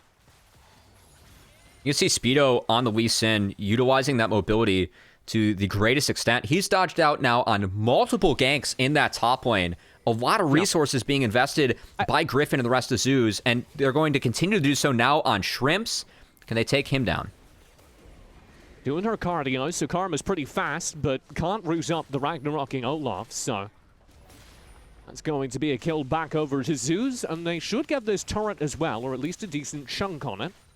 That's not the entire story, though, because, of course, the turret down bottom is going to fall. It has fallen, meaning that the first break gold did go over to C9. And wow, as Speedo gets back in there in time, the Drake gets picked up for C9. I think overall that was actually a net negative for Zeus. So they lose out on the Drake, but the gold lead does go from 4K to 3K. So they managed to close the deficit a little bit, and I think that's their priority at the moment because they need to find a way to get on this Kog'Maw. They're okay seeding those dragons. Like, bot lane, it got so sour, they know that they can't make any plays on that side of the map. So I think the fact that Zeus are able to still find a somewhat positive play despite the map state, it's okay for them. That said, if you look at the overall game plan for Cloud9, It's all about the Kog'Maw, and Kog'Maw sitting the most gold on his team, the most gold in the game. Wixie set up for success as this game moves on, TJ. I want to make sure we highlight that as this game goes on, we're still seeing a much better performance from Speedo. Joined now by Axu again, fighting Alorum. Speedo able to step forward, and Alorum will go down. Speedo, who was bullied in that lane so harshly during game number 1, playing the Ornn, absolutely blown out of lane. On the higher mobility, higher mechanics character of the Lee Sin, having a much better time. And Zeus, it feels like among all these lanes at the moment, they don't really have a lane to stand on to prop themselves up at this moment of the game, TJ. They need to keep on buying time, getting Senna more souls, get her that Kraken Slayer, get Victor to the evolved Hex Core in that first item. Because at the moment, they're bleeding out everything. You see Speedo just stand in that TP, get the plate anyway? Uh-oh. I mean, he can't will be see on tagged Lee by the Sin, Thunder so Dome. it's fun. Shrimps should go That down was a poor here. joke. I apologize for the low quality of that one. It's poorly timed as well. Kill will go back over to Zeus, as they are able to find at least one down on the bottom side of the map. Speedo, Oh, tanking boy. turret, setting up. Speedo resets aggro, goes in on the resonating strike, and Xu's taking the aggro for a shot, so everyone survives. Very cleanly done by Cloud9 Amateur. Another kill goes over to their pockets, but Alorum was able to crash the wave. Will still lose the next wave on that turret. And good to see XU continue to make good plays. I know he fell very far behind in the last game, TJ, but sitting at 5-0-4 on the Udyr, up in CS as well, it feels like ever since he got Griffin's Flash level 1, he's been able to have a step up and first say on the map, given Udyr's clear speed and tempo, and he's been using it well, making a lot of plays happen across the map for his team. Yeah, Xu's really impressed me this series. I think this has been a jungle duel to an extent we didn't anticipate coming in. Griffin and Xu both kind of defining the two games that we've played so far in this series. And now sorry? I was about to say, now that Kog'Maw is at that level 9 mark and has the Immortal Shield Bow, you're starting to see a lot of the strength of this Kog-Lulu combo. The fact that, you know, you can just cast the E and the W to speed up and shield Kog'Maw, and Wixie, if he's able to, you know, have the mechanics and the clicks to get around all the skill shots, with that range and damage that Kog'Maw has at this point in the game with the maxed out W, very threatening. And you can see that mid lane being under siege for the side of Zeus. It's important they're able to keep that one up. Just need you to define things as very threatening or slightly threatening from now on. You know what? I'll just give you like a 7-point survey, and we'll kind of define things like that moving forward, if that How helps. threatening am I on the very threatening scale? On the casters that I would fight or not fight, and would they, you know, beat the crap out of me, you are in the not fight category, and I think Oh we my know God. why. Yeah. I don't know why. I don't want to do All that right. to you, TJ. That's all. Oh, right. Okay. Yeah. All right. It's to spare my... Yes, I get it. And you know what, Cuppy? I appreciate it. All right. So, at this point, we do need to check in with what we were talking about earlier in the game, which is, of course, that Zeus, despite being quite badly behind, do still have win conditions in their pocket. Raheen, Tuesday, the two players on your screen right now, will scale pretty definitively no matter what happens. We're past the 15-minute mark. At what point do we break the glass? At what point does that become a problem? I think this next dragon, if it goes to the side of C9, things become very, very difficult for Zeus. And I think that, given the map control, I think C9 actually making a bit of a mistake here with that reset. They reset 5 seconds before the dragon. They're going to see this one over for free. I thought this is a good point of the game where they can group up and contest. Like, I know they don't have a first item finished on Karma, just finished now. But they are pretty strong at this point. Xu's here. Control They're trying to board. contest. They're late. Speed around the side. Xu into Oh, the we pit. got it. Steals away the Drake. Steals away the Drake for Cloud9 Amateur. And they've got the follow through engage. Wildgrowth keeps Xu up. They slaughter the fight. Tuesday, running for his life, will be hunted down by Speedo, whilst Griffin falls up top. And it's the 15th kill locked in for Cloud9 Amateur, as they don't even need to be there on time, Covey. They'll arrive late and get the Drake anyway. They arrive late, but the smite comes in right on time for XU as he's able to take the objective under the nose of Griffin, and Udyr able to run through the rest of the team. I think notably that Lulu ult was a 4-person knock-up, and keep in mind that ult slows as well, opening up even more space and time for Wixie to get the auto attacks and the damage down where they can wipe the fight. And now that opens up the rift for Cloud9 Amateur. TJ. You can see both mid turrets now gone in the pockets of C9. They have complete control over that topside jungle, which is going to be very important as the big purple worm does spawn here in 2 minutes. And C9, they just took this game from a big early game lead to a nearly guaranteed victory as Rhino gonna send him a postcard and on the way out. Yeah. Rhino wanted C9 to square up there. Doesn't get the opportunity. This would be a pretty massive upset. We had talked a great deal about Zeus being the favorite in this matchup. C9 are currently punching very far above their weight class, and a lot of that comes from XU. That was, I believe, his 3rd steal of the game, depending on how you define it, or of the series. His 3rd Drake steal. Very impressive stuff from the jungler. XU definitely having a comeback game, I'd say. As his Lee said, there were some good plays made in the last one, but early game just too far behind to really keep his team in it. Now he has flipped that script as he's now up a level, a couple camps on Griffin, and most importantly, that KP, 13 out of 15, doing a great job as the jungler of C9. Speedo should be able to get out of this one. Dawning Shadow doesn't do any damage. Wow. Raheem needing the next patch to come early, and is going to get zoned off. Here comes Wixie, just raining damage over the wall. Speedo will opt to go in and absolutely delete Raheem. XU leading the way, does have a lot of move speed, will smite Griffin to make sure there's no opportunity to disengage. A flash from Breezy, the melee range Lulu will drop the polymorph, and Alorum, despite some fancy footwork over the wall, should go down. Some very fancy footwork. Cone. He's making a break for it, Cubby. He's almost gotten away through the bushes. The pathing's still good. Round the corner with the stride breaker. He's still dead. I believed in him, though. Oh, no, Rhino. What are you up to? I did appreciate the slow-mo, as that was almost a breaking point moment there. Rhino going to go down as well for his sins in the mid lane. And C9, we talked about how they opened up the game off that dragon fight. The fact they put themselves on soul point, TJ, driving home that lead by playing aggressive and punishing Zeus overextensions in the side lane. Now sitting at an 8K gold lead. And none of us going into the series were really expecting C9 to push this to 3 games.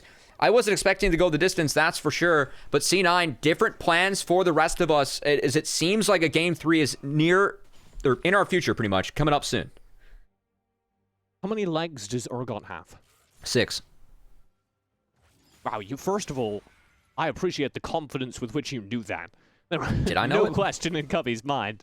For me, that was like Jeopardy, where it's like, I don't know the answer, but it's most important to press the button first. So we just sent it. But it is 6. Wait, okay. So we're good. We've done the fact-checking. Cubby, despite having apparently no clue, but infinite confidence. That's right. I was trying to figure out how Lorem was so fast, but got 6 legs, that does make sense. Tuesday. Where's this TP go? It's a safety. Yeah, he's escaping the Udyr Karma that was chasing him down as Zeus. They're trying to shove out the side lanes to see if they can set up for a play around this upcoming dragon, because if Infernal Soul goes over to the Kog'Maw, this game's already pretty much over in the first place, but if Infernal Soul goes over to the Kog'Maw, that really is over. Zeus, they realize they need a Hail Mary. They've started up the Baron, but Griffin's low, and Wixie's here. Oh boy. For all of 2 seconds. Watch Wixie. Because Wixie's right here. Here comes Wixie. 1v3. Wixie steps up, supported now by Breezy, knocked into the wild growth, and that is enough. They absolutely shred the front line. And already down Rhino. Half HP on everyone else. He's just deleted. Raheem next to fall as Wixie steps up. A double kill to Wixie. A triple kill to Speedo. Vindicated from game number 1.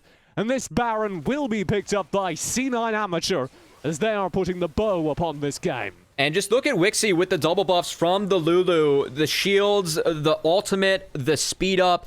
No fear from Wixie as he just steps up and throws a bunch of tennis balls over to the side of Zeus Gaming. Too much for them to handle, as this game sure is looking like it's 40 love And C9's just one good serve away from putting this one home as they push this to a game 3. That's Baron now over to the side of C9 and Infernal Soul. This should be the death push for them. I follow that reference because my grandmother had me watch Wimbledon with me when I was a child. That's a fantastic tidbit of information, TJ. I didn't have that on my prep sheet beforehand. I'll have to add that in now. Okay. I'm glad you followed that reference. 40 Love, if you didn't pick that one up, then I'm not surprised, and I apologize, but also I don't, because tennis is a very entertaining sport to watch, now actually. You've told people what sport you're talking about. They're Yeah. going to Google it and figure it out. Yeah. I was enjoying the moment where there were like 120 confused Zoomers in our chat who just didn't know what was going on. What is 40 Love? It's a stat upgrade. It's going to be turrets falling across the map. The Hail Marys continue to be thrown. There's another sports reference for you. As Zoos press forward down into the bottom lane. They can't base race this, so I don't know why they're trying. But equally, it's a little bit more dramatic than is strictly necessary. Inhibitor falling. Tuesday trying to slow down that. Shrimps in the meantime sent to clear out wave for C9 as the Nexus turrets are falling. In the meantime, Zoos are merely entering the inhibitors. This should be a pretty clean base race. Captain Shrimp's far out ahead. One inhibitor turret down. Captain Shrimp still kiting. Now turned as Speedo steps forward. And that will indeed be the game. Zoos don't catch the Hail Mary despite throwing it as hard as they can, Cubby. I follow this sports reference all the way through. C9 will even our series up, and it is now 1-all. And I think the most impressive performance for me that game was actually Speedo in the top lane. I know this is a player that, when we were looking at Cloud9 Amateur's roster, I think a lot of people were left thinking about why Speedo was back this split. I think Speedo, on this Lee Sin specifically, this is the second time he's pulled it out in the tournament, second time that they've secured a win on it. 12-0-4 was fantastic, was dodging out on every gank in the top lane on the Lee Sin. And I'll pick that, given the fact that C9 can flex that 3 ways, I don't want to see Zeus let that through again. I think that they've proven they can play that champion to some success. Let's get rid of that, throw them off their comfort zone a little bit. Go back some bread and butter here for Zeus. And I was so impressed by the way actually was integrating into all of these lanes, right? We're giving Speedo credit for being able to turn the tables after a kind of disastrous game 1, but that is aided by the fact that, as you were talking about in the pregame, actually was no longer feeling a little desynced on his top lane ganks. They had multiple turns on Alorum where Axu and Speedo were just flawlessly synchronized. Yeah, and it was great to see the synergy that we saw lacking in Game 1 shine in Game 2, as Xu on the Udyr, the Lee Sin as well. I thought Speedo's Lee Sin, like I said, was fantastic, but Xu, he had the highest kill participation in that game as a jungler, and it felt like every play being made in the early game was off the back of his Man-Bear Pig just chasing members down with the buffs of Karma and Lulu and making sure that everything was set up for success for Cloud9. And Zeus, on the flip side, they weren't able to challenge that early power. And then once the Kog'Maw gets online, you can't challenge that pick with the Karma and Lulu buffs. So it just became really difficult for them, and a rather lopsided win on the scoreboard. I respect Zeus throwing the Hail Marys. They weren't going to come back playing that game standard. But C9 gets a big win on the scoreboard and pushes this to a game 3. And this kind of sets the stage in a way we didn't at the beginning of the night. Cloud9 Amateur have now, over the course of 2 games, demonstrated they not only have a terrifying early game threat, but they have an early game threat that has repeatedly found weaknesses in Zeus gaming. The way that they're able to play through their jungler is directly countering what Griffin and the rest of Zeus are bringing to the table, and that's brought us here. A 1-all tie. We'll have the desk to break it all down, as well as a game 3. Roll out the silver scrapes. We're back right after this.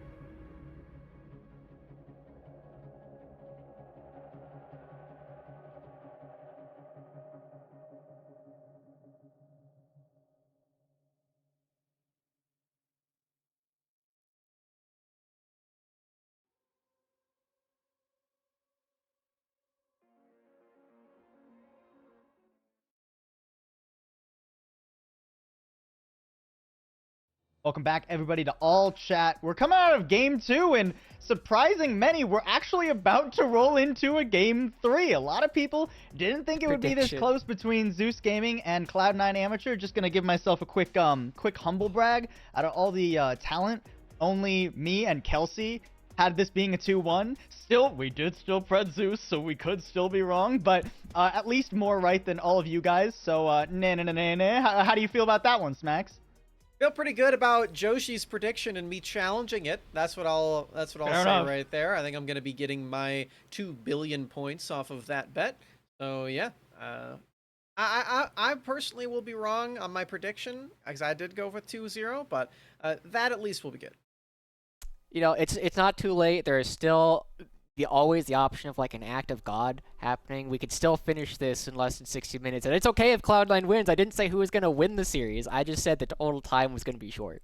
I mean, we're at like 57 minutes-ish right now, Josh. So I'm not feeling I've won good. ARAM games in 3 minutes. ARAM. Yeah, we'll just move to the Howling Abyss for the last game. That's competitive League of Legends, right? No. Let's talk instead about what has actually gone on, the things that make actual sense here, folks. And that is the way that Cloud9 Amateur successfully enabled their bot lane. You know, we talked about the 2v2 was pretty close in game 1, and they were just like, all right, we're just going to throw it all on Wixie, give him everything he needs, let him carry. Doggers. Yeah, we saw a lot going on today in this game. There's a lot of like weird things that are happening across the map, lots of solo and 2v2 kills everywhere, and I feel like part of it, you know, we gotta praise Wixie and Breezy for actually having a pretty good game here, but part of it was Raheen and Rhino. Like there was at least one 2v2 that definitely didn't go their way. Yeah, the early game was certainly up in the air, and I think a little bit of it is going to be shown on our screen right now, where XU, he may have given this XU, show a man. little bit of a listen, you know? He's picking the Udyr instead of Lee Sin right now. He flashes forward, steals the red buff, and from here on out, Griffin as Olaf is being snowballed on in this game. And this is just the beginning right here. We haven't even mentioned the bottom lane, like we were talking about, where the Kog'Maw got off the ground very well. The Udyr's getting off the ground. Every single lane all at once. Yeah, we're seeing a lot of this Udyr, right? And it's just been like a very strong champion for such a long time, which is kind of surprising. And, you know, he makes a lot of really bold plays. XU has been kind of a player that's been willing to go for a lot of things. Like this dive, doable, but a lot of junglers wouldn't necessarily be willing to do it. But XU's the kind of guy who just sees a couple of people underneath the turret and just goes for it, right? He knows he has the damage, he's willing to do it, and they execute it so well at this point that it just makes this champion look even better than it is, and Wixie is really set up as well since he's been a recipient of some of these kills. Playing aggressive as Lulu feels so good as well when you get to use your polymorph on the opponents and then you're just laughing in their face with the Lulu laugh as well, which is so high-pitched and obnoxious. Oh, it's so good. Well, and I mean, this is a great showing for XU in general, Josh. I mean, that game 1, that coin flip before, we had a lot of questions, and I feel like he answered so many of them in this game, too. Yeah, and this is kind of part of the overlapping thing that we're starting to see from XU, right? I know you and I, as we were watching this, were kind of thinking, wow, this is a bold dive coming in from XU and Speedo, but you could see, Speedo's not super into it, but XU is like, yeah, we're going to keep going, and this is kind of one of the things we've been seeing from XU over the past several splits, right? He's one of the newer junglers in the amateur scene overall, right? Lawrence XU Shu, he's only 19. He's started playing like this more professional League of Legends at 18, and he dropped out of UC Berkeley in order to actually do this. And it's been really interesting to see how he's been playing for a long time as we get a couple of these replays from prior games that we've actually seen from him, because he's showing that he's not necessarily the super flashy mechanical player. He's not necessarily going for these big plays that a lot of people typically associate with some of the strong junglers like Fnatic or even Winston that have been having a lot of opportunities. He's been super suffocating. He's been making a lot of these plays, but he's also doing it in a way where he goes for a lot of these relatively early plays, right? He says, I'm going to start fighting you at level 2, 3, and then we're just going to see how one of us builds an advantage from there, and he's so good at playing once he's able to find a lead. You know what happened in this game, Josh? He picked it. He picked picked it. Udyr too. And a lot of these replays are on Nidalee as well, so you can see that he does have the mechanics. He does have the fingers to go for all of these aggressive plays. This highlight reel is really, really long and extensive. We're still Well, going. it just shows how consistent XU can be at being Yeah. good, right? You know, there's a lot of proving grounds footage to prove that. Oh boy. All right. And coming back, we do have to address I guess not the elephant in the room, but the bear in the room instead. The 100% win rate jungler, neither of the players, but as particular champion, Udyr. I'm so glad to have you for this interview. How are you feeling for this series so far? Yeah, hey guys, it's me, Udyr. I came off the Rift, off of just got that really nice 2-0. You know, in my book, that's already a series win. So, you know what? I think Joshi actually won the prediction because my series is already over. I already got the 2-0. Well, that's a good point there, Udyr. But the real question is, what team do you think you're going to be playing for our next game? Or do you think you're going to have to take one on the bench? Maybe you're just too good. You know what? I feel like I could use a break. You know, I could go for a drink or something right now. This costume is getting really sweaty. You have no idea the heat that the Phoenix stance does require for this. So, I could use a break. I feel like Cloud9 Amateur should probably ban me on Red Side. And if you do have to get subbed in here for game number 3, is there a particular team you think is going to be picking you up? Do you think it's going to be Zeus grabbing that as early as they can? Oh yeah, I mean, if Cloud9 Amateur doesn't ban me away, then it's just gonna be Zeus picking me first again. So, Cloud9, you better take those notes. You do not want me to be on the Rift. I will tear you to pieces. That is a threat. All right. All right. Well. Thanks for joining us here, Udyr. I think we gotta get Smacks back in though, to talk about game number 3 though, and preface that one. So we'll let you prep for game. This bit is so dumb. We'll let you prep for game 3. Thanks, Smacks. Oh, okay, Smacks is back It was me now. all along. All right. Excellent. Let's. I'm shocked. I'm truly shocked. I had no idea. I thought we actually had Udyr in the studio for a couple of seconds. Yeah, there. no, It's we did. It's No, we really did. glad. Max is Really trying to pull glad. one over on you. That was in actually fact Pat the Cat in real a trench Udyr. coat. All right, guys, let's talk about game 3 though, right? Because Cloud9 Amateur, they got one more chance to pull off the upset in a completely, honestly, an unprecedented fashion. So what do we think the tools are for Cloud9 Amateur coming into this third game? We've seen their bot lane. We've seen what happens when they can just throw tons of resources at Wixie, but do we really believe that Zeus is going to let that happen again? I would definitely lean on the no side of things. I feel like this blue side is going to be a lot more powerful for Zeus. And I mean, while we were watching that game as well, I remember sitting here with you guys and saying, wow, this composition that Cloud9 put together really only has one possible carry, one champion who does well with a lot of gold. That is Wixie. Luckily, the game didn't get long enough where that ended up being a problem. It just did end up being that snowball just kept on rolling all throughout the Drake Soul as well, with the Infernal coming through. So everybody had damage on their team, including the Lulu. So I think that was sort of an anomaly situation. It was also another Drake steal that came through from Cloud9 Amateur. They're getting pretty good at those. Maybe Way is going to have to work on that smite a little bit. Yeah, I mean, Way does have to deal with XU in both good and bad ways, right? We've seen that this guy, as we just highlighted, has had a huge impact on the series. In Game 1, unfortunately, he was flipping tails, but in Game 2, he was able to get this really, really big lead, and he knew how to translate it once he actually built it. So if Zeus can find, if Cloud9 Amateur can find a way to actually enable him early on, get some early vision, maybe find an invade, even just allow him to get both Scuttle Crabs by building priority in every single lane, it's going to be an opportunity for Cloud9 to snowball once again, because Zeus has been opting into a lot of skirmishes that they feel that they can take because, you know, most people consider them to be better players, but things weren't shaking out in their favor this time.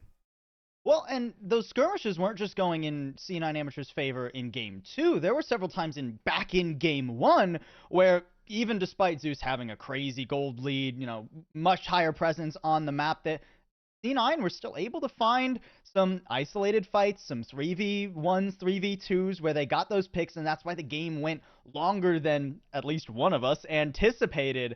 So is that a window of opportunity for C9 to close this out? Even if they don't necessarily get the ideal bot lane, Josh, do you think that they can still play for those skirmishes? Josh was trying to hide his shame for his pred earlier. But do you think C9 can play for those skirmishes and still look to take it to Zeus? I think they can. Yeah, we've seen this over and over, right? Cloud9 have been winning a lot of these skirmishes, especially wherever Breezy is around. And XU, even though he's had some troubled spots early on and puts himself in a really deep gold hole, has really been able to create opportunities for himself during a lot of these skirmishes. You know, his Lee Sin, even though the Lee Sin didn't have any money, had some impactful kicks. They're showing that they can go toe-to-toe, at least in these skirmishes. And Zeus, I don't know if they're ready for that, right? Like, yeah, we think of them as very strong. We think of them as good laners. We think of them as stronger team fighters. But if your opponent starts doing things that you're not ready for, that you don't have prepared, like, you're not necessarily going to be ready to take those fights at a moment's notice. And I think if Cloud9 can continue to turn it on faster than Zeus are ready for, it's going to continue going in Cloud9's favor. Again, one of those situations, too, where Captain Shrimps' champion pool can come into play, like it has over the course of this series. And over the course of Challengers Uprising as a whole, we've seen him play 4 games so far. He's played a Bruiser, an Enchanter, and a Mage, all in just the mid lane alone in the past 2 days. So this guy is definitely going to have some responses. They are likely to be on red side yet again. And yeah, that blue side first pick is really powerful, and we have seen it put to great use in this series just alone. But Captain Shrimps is going to be the guy to pull out some wacky counter pick. The Xerath wasn't quite enough to make it work, but he's got another chance now off the back of that excellent game 2. Well, and you talked about red side versus blue side here. That does present an issue, right, for C9, because the Udyr has an insane win rate. They're probably going to want to ban that one, but if they ban that, they're probably going to have to ban the Gwen as well, right, because you're not giving that back to Alorum. I don't think anyone wants to deal with Alorum's Gwen again after that first game. So what are the other bans? That leaves a lot open here, Smacks, for Zeus to pick up. Yeah, so let's take a look at what they did ban in game number 1 that wasn't either of those 2 champions. So they banned Rumble, Morgana, and Varus. So Rumble, Morgana, obviously the 2 really powerful AP junglers in the meta right now. I believe those were also banned in game number 2. And Varus also taking that one away from Raheen.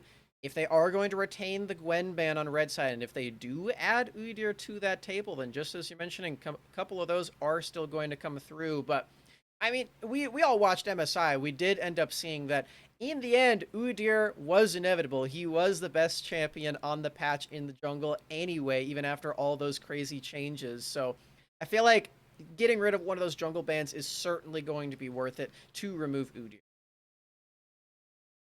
Fair enough. Well, I think we still have a little bit of time here on the desk, so I'm gonna throw you guys a curveball here.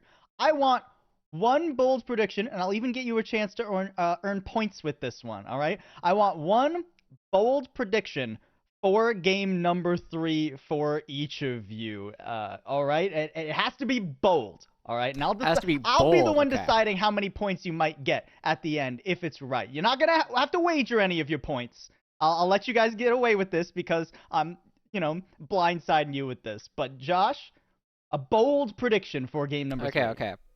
All right, a bold prediction. One of the big things that I look at with Cloud9 is, Rumble is obviously this strong jungler, but it's also a really strong solo laner. I'm going to say that as we go through this draft and look at different permutations, Zeus are going to let Cloud9 play Rumble, and it's going to go to Captain Shrimps. Ooh, Captain Shrimps picking up the Rumble. I mean, that is a pick, if I remember correctly, that Captain Shrimps has played before in Proving Grounds in the previous season. So bold, I will certainly say, considering that Rumble's, often in that jungle lane, but not the most bold. I'll let you get Oh, come on, it's been banned twice by Zeus. True. I'll say 15 points if that comes 15 points. 15 okay. points All of right, Captain all right. Shrimps. I think that's reasonable. Yeah. It's not a Can I get crazy a 20? amount, but it's a good No. No? Okay. No, 15. Don't beg for more points. I'll knock it down to 10. Smacks, what is your bold prediction? I think Wixie is going to get a pentakill, and Zeus are still going to win. All right. Well, that not is explain certainly myself. more bold than Josh is. Do you have an analytical base to that, or are you just trying to be wild? I will not be explaining myself at this time. No further questions. No further comment at this time. We will. As his we'll, lawyer, defer that. I have to say that I feel like he needs an opportunity to confer with some of his counsel before he makes any additional statements. Not necessary. Full Max All right, has I don't know chosen what you're to paying me for represent then, himself. Smacks. Smacks is firing his legal team and representing himself in this match. We're not doing the League of Legends bit again. We've already done that once today, but wow, Smacks. All right, so wow, pentakill and still losing the game. You know what? I'll give you 25 points if that turns out. Only one way to figure that out. It's 1-1 currently, but either C9 Amateur or Zeus are walking away with a W after we come back from this break.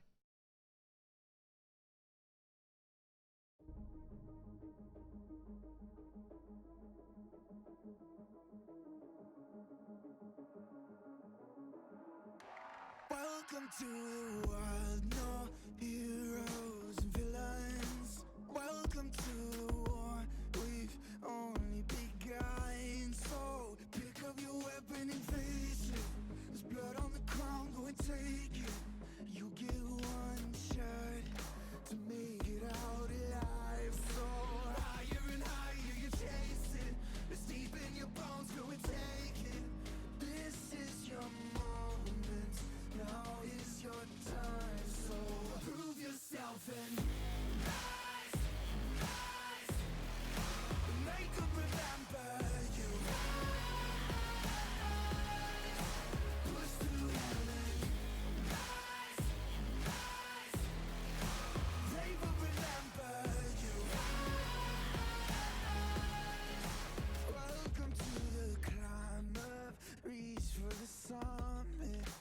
Visions brave, the one false step lead the end. So higher and higher you chase it.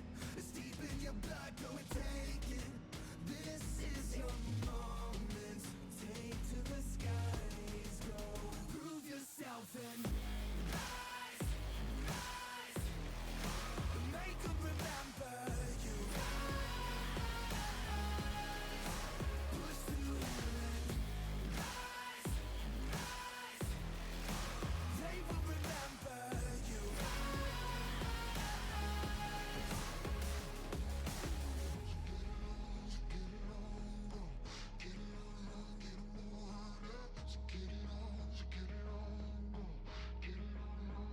It is you fight among the dead beneath the dirt. Or do you know yet? Or do you want it? And when the giants call to ask you what you're worth, do you know if win or die? Prove yourself and rise, rise. Make them remember you. Push through heaven, rise, rise. They will remember you. Prove yourself and rise, rise. Pick up your weapon and face it.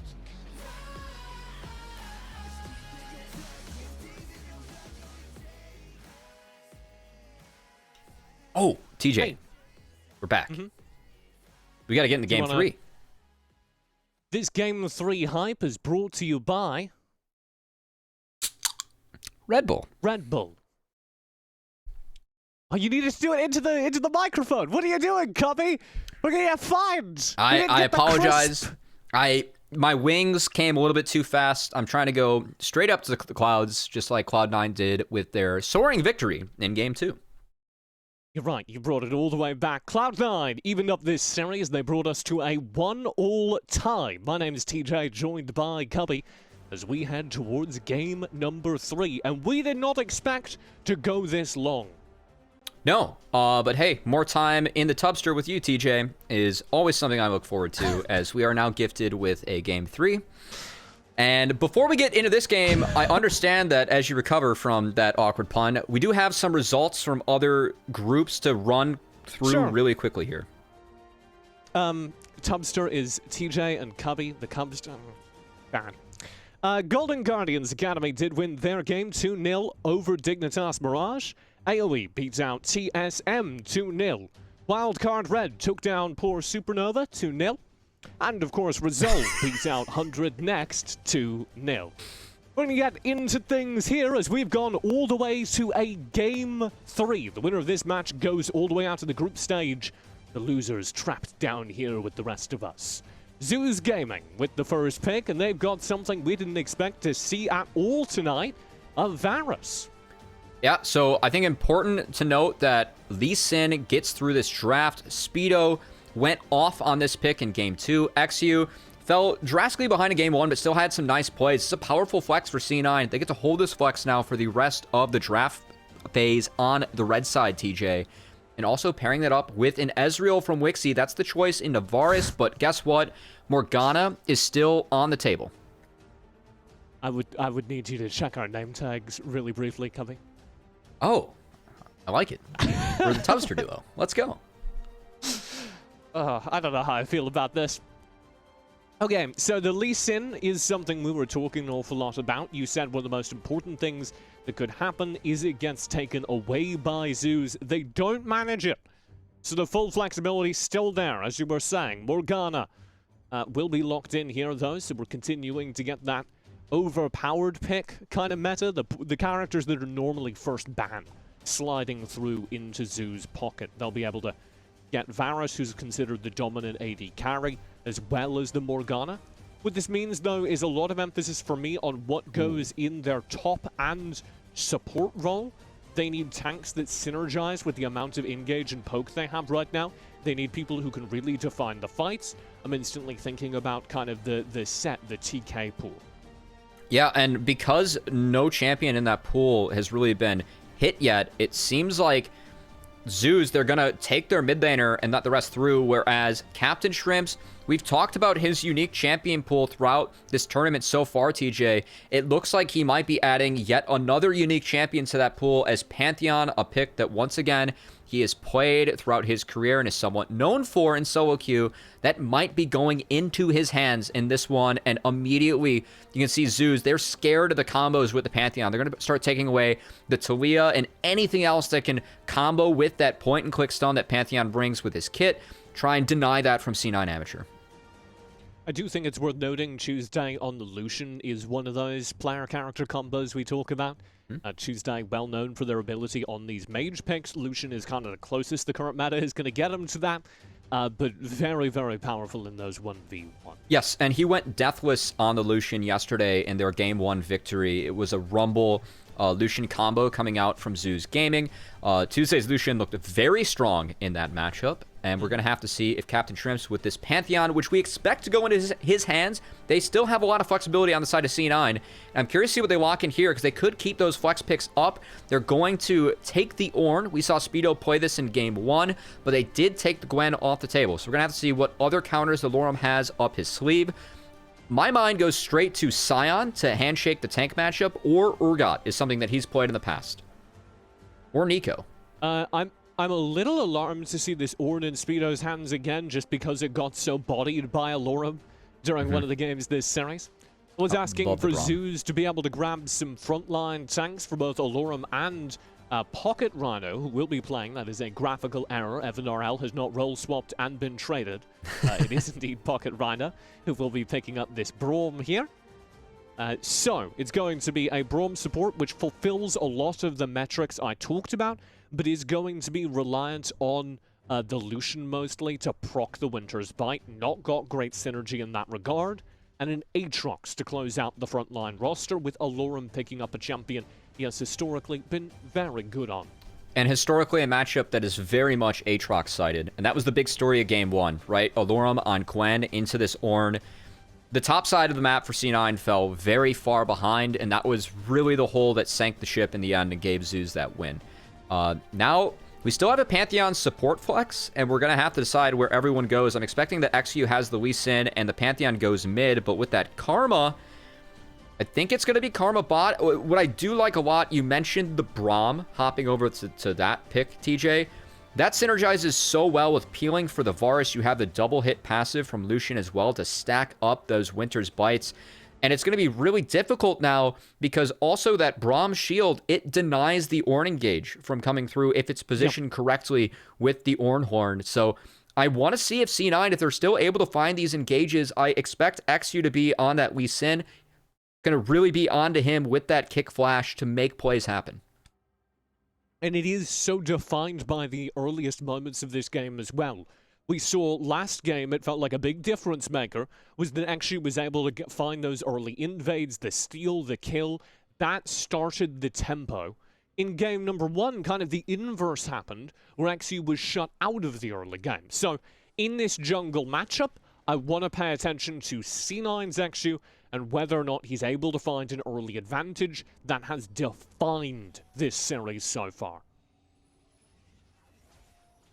We are rolling into the game. We have the Karma set in the support role for Breezy and Captain Shrimps on the Pantheon as we expected. And this puts a lot of early threat and pressure under Tuesday, given the fact that this is an Ignite on the Captain Shrimps. He has the Press the Attack, which is instantly procced if you have his passive stacked and you W onto an opponent.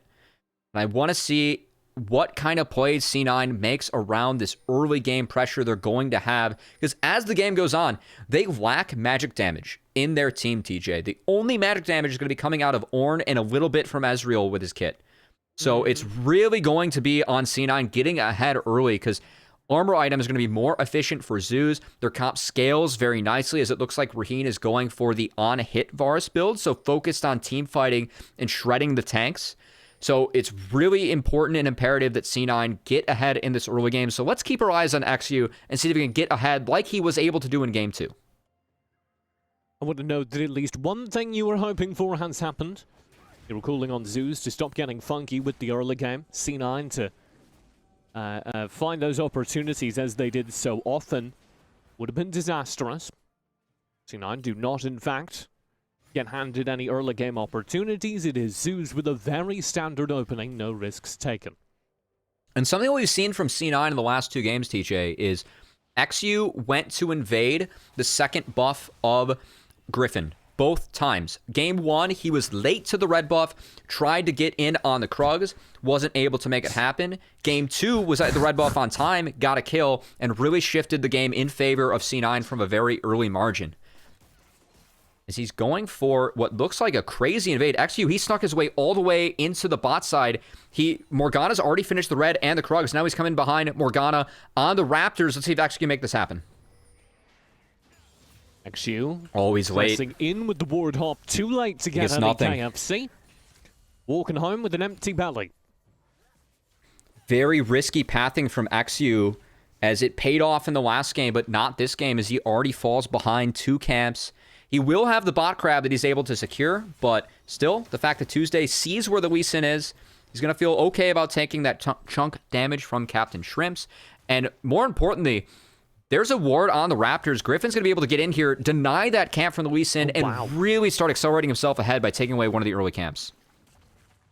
Yeah, Griffin currently invading the red side. Raptors has just completely cleaned them out. So Griffin, who has been on the losing side of the jungle matchup when C9 are out ahead, has taken an early lead on Morgana, who, and I'm checking my notes here, I'm having to dig through my tablet notes here, Cubby, but I'm told Morgana's pretty good these days. Yeah, Morgana is a champion that once you get her out of that first clear, she be zooming throughout the rest of the jungle camps as...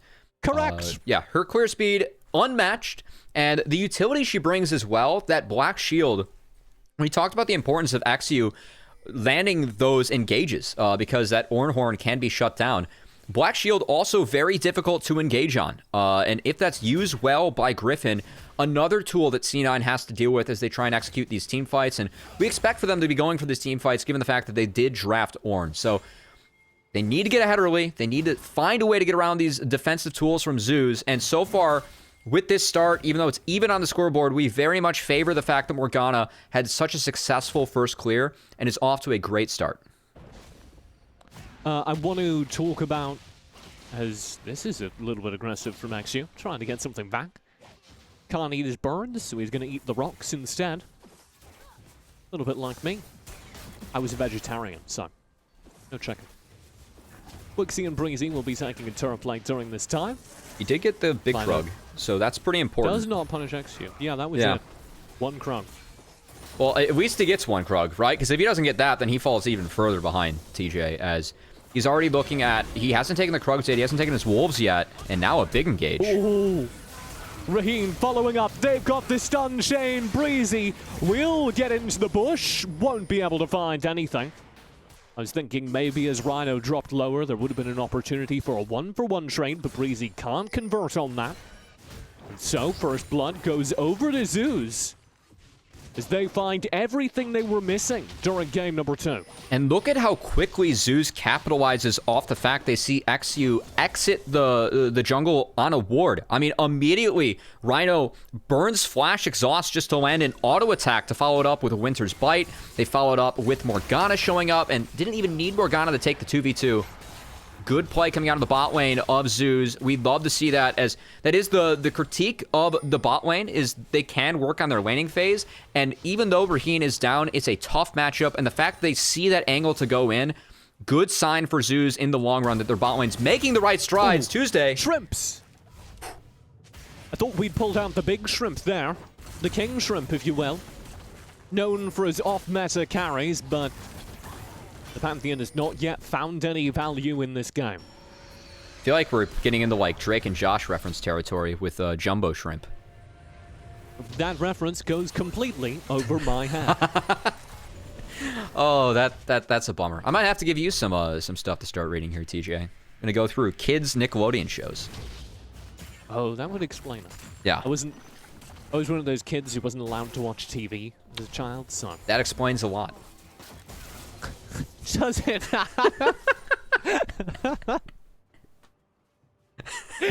He's connecting the dots. Oh, so you're miserable. I understand now, TJ.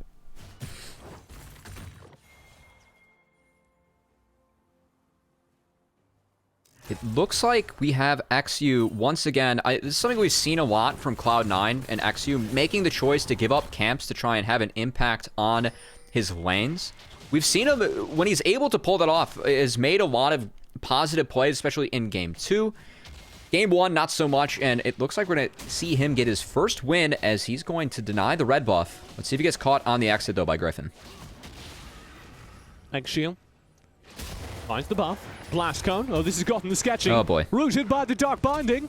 Rooted maybe by the Winter's Bite. It's 1 tag away. There it is. Winter's Bite secure. Breezy on his way up. Will provide the shield and the pathway out.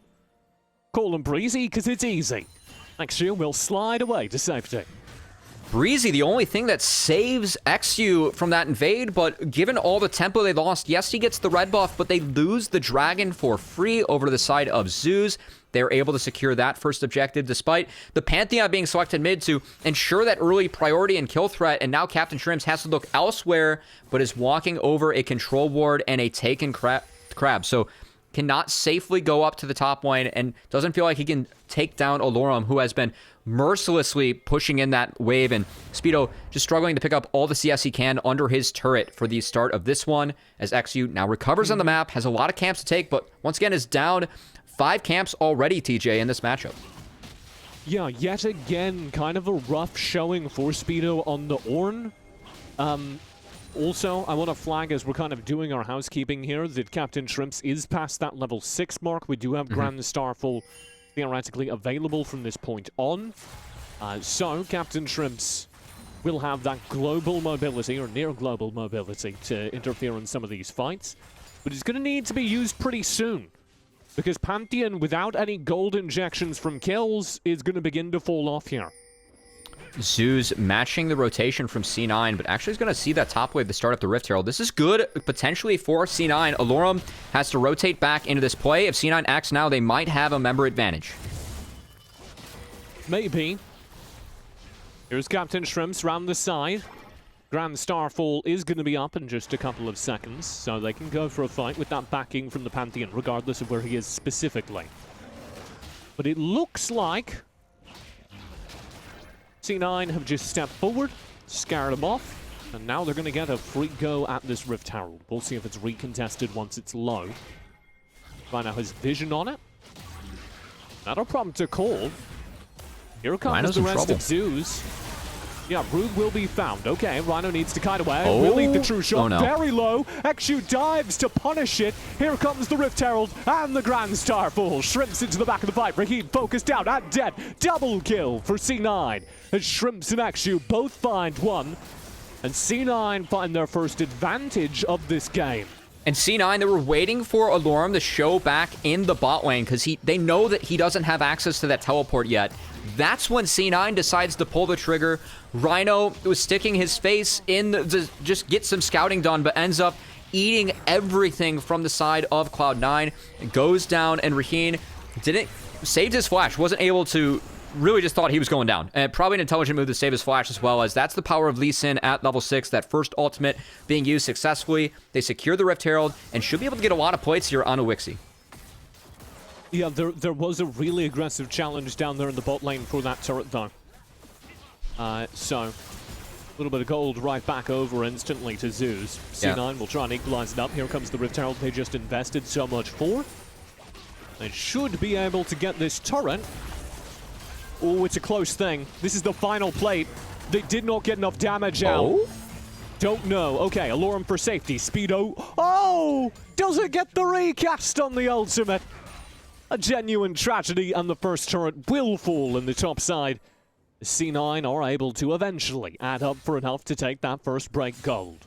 Nice timing on the knockup from Alorum to prevent the Ornhorn from the second cast being put down by Speedo. Notably, and shout out to our observer Sam and production crew as well, for in the lower third you could see Griffin was granted the entire bot side jungle of Exu. He was able to invade, given the priority he had from Alorum, the fact that C9 was showing 3 members in the top side. And Griffin, once again, has opened up a massive lead against the Lee Sin. Once he bases, might even have access to that first item, and I want to see if Zeus are able to capitalize off that, because Exu, yes, he gets a lot of gold into Wixie's pockets. Yes, he finds a couple of kills for his team, but he is starved out of the jungle now and is really testing out the comeback XP that is now offered on the camps again on this patch. He is giving up every camp in order to try and get his team gold for their lanes. Breezy and Wixie rotate to match this bot lane duo for Zeus in the mid lane. You were talking about Griffin earning out all that clear on the bottom side. I would like to note, thanks to our wonderful scoreboard. Yes, again, a shout out to producer Joe and all of our production crew here. That has gotten Griffin a pretty significant gold lead. Though you can see him, or you can see Exu trying to get some of that back. Stealing away a Rift Herald successfully in our little lower third box. And interesting enough for Griffin utilizing that gold lead to actually rush a Zhonya's, as we talked about the fact that C9, their composition, lacks a bit of magic damage. The Zeus have recognized that early. We have a ninja or plated steel caps for Braum, and also the Zhonya's rush as C9 trying to use their early power. They should take this for free. Yeah, control ward cancels out the vision. There's an awful lot of poke that can go over the wall in sync, so I was worried about that. But a good timing on that control ward drops it late enough that there's no time to burn the control ward itself. C9 will take the Drake. That is their first of the game, but it means that the Drake win condition for Zeus is not necessarily off the table, but slowed down significantly. But Zeus, they understand at this point in the game that they don't want to fight. Lee Sin, he has his ultimate up. This is really where Lee Sin is his strongest in the game, around level 6 to 11, where he gets that 1 item spike. So they're going to wait that out and let themselves scale, where their only concern as the game goes on is really if Captain Shrimps is able to get ultimates into the side lanes to slow down Alorum. Besides that, it's going to be really difficult to deal with Aatrox and Lucian in the side lane, and we may get a little bit of a repeat from what we saw game 1 from Zeus Gaming, where they really rely on their side lane play and overall map macro to stretch out C9 and get more resources than them as the game moves on. Yeah, I am having a little bit of deja vu as I look at the map kind of bending over towards C9, except for that top side, which is bent back the opposite direction. Alorum with a truly massive lead beginning to develop in this 1v1 versus Speedo.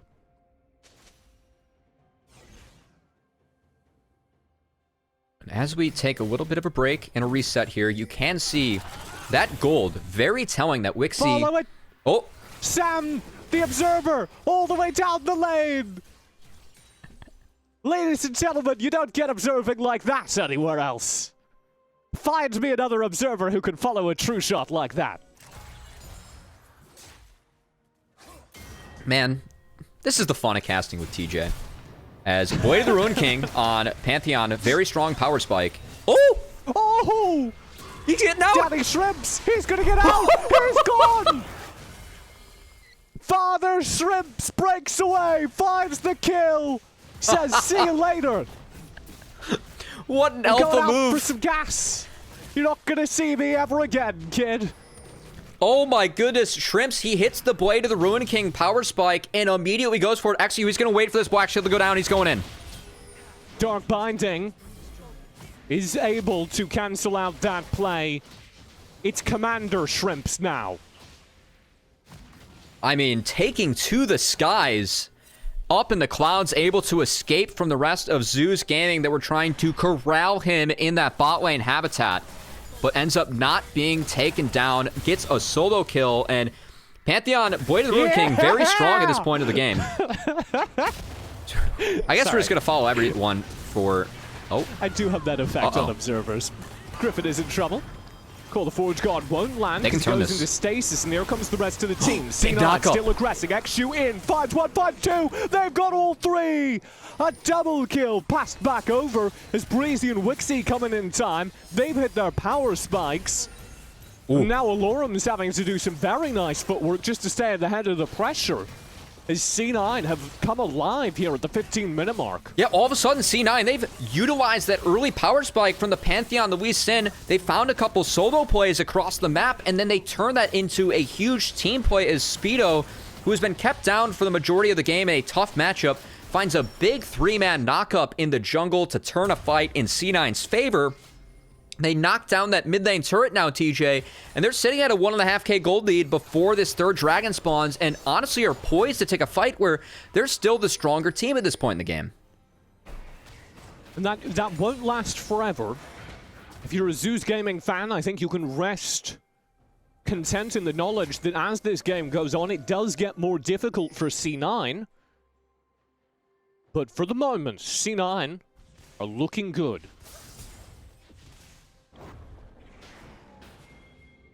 And C9 need to keep finding these plays across the rift, because as you mentioned, TJ, this doesn't last forever. The plated steel caps now coming in for Tuesday as well, really focusing on the armor, but now focusing on Griffin, who might be caught. Rhino, very nice movement to stay ahead of all that, and Speedo just gets focused down. True shot arcs through the team, though, and that opens up the window for XU, who just demolishes the backline. Wixie with pixel, perfect precision, finds the trade. Backline dive from Alorum, drops players low.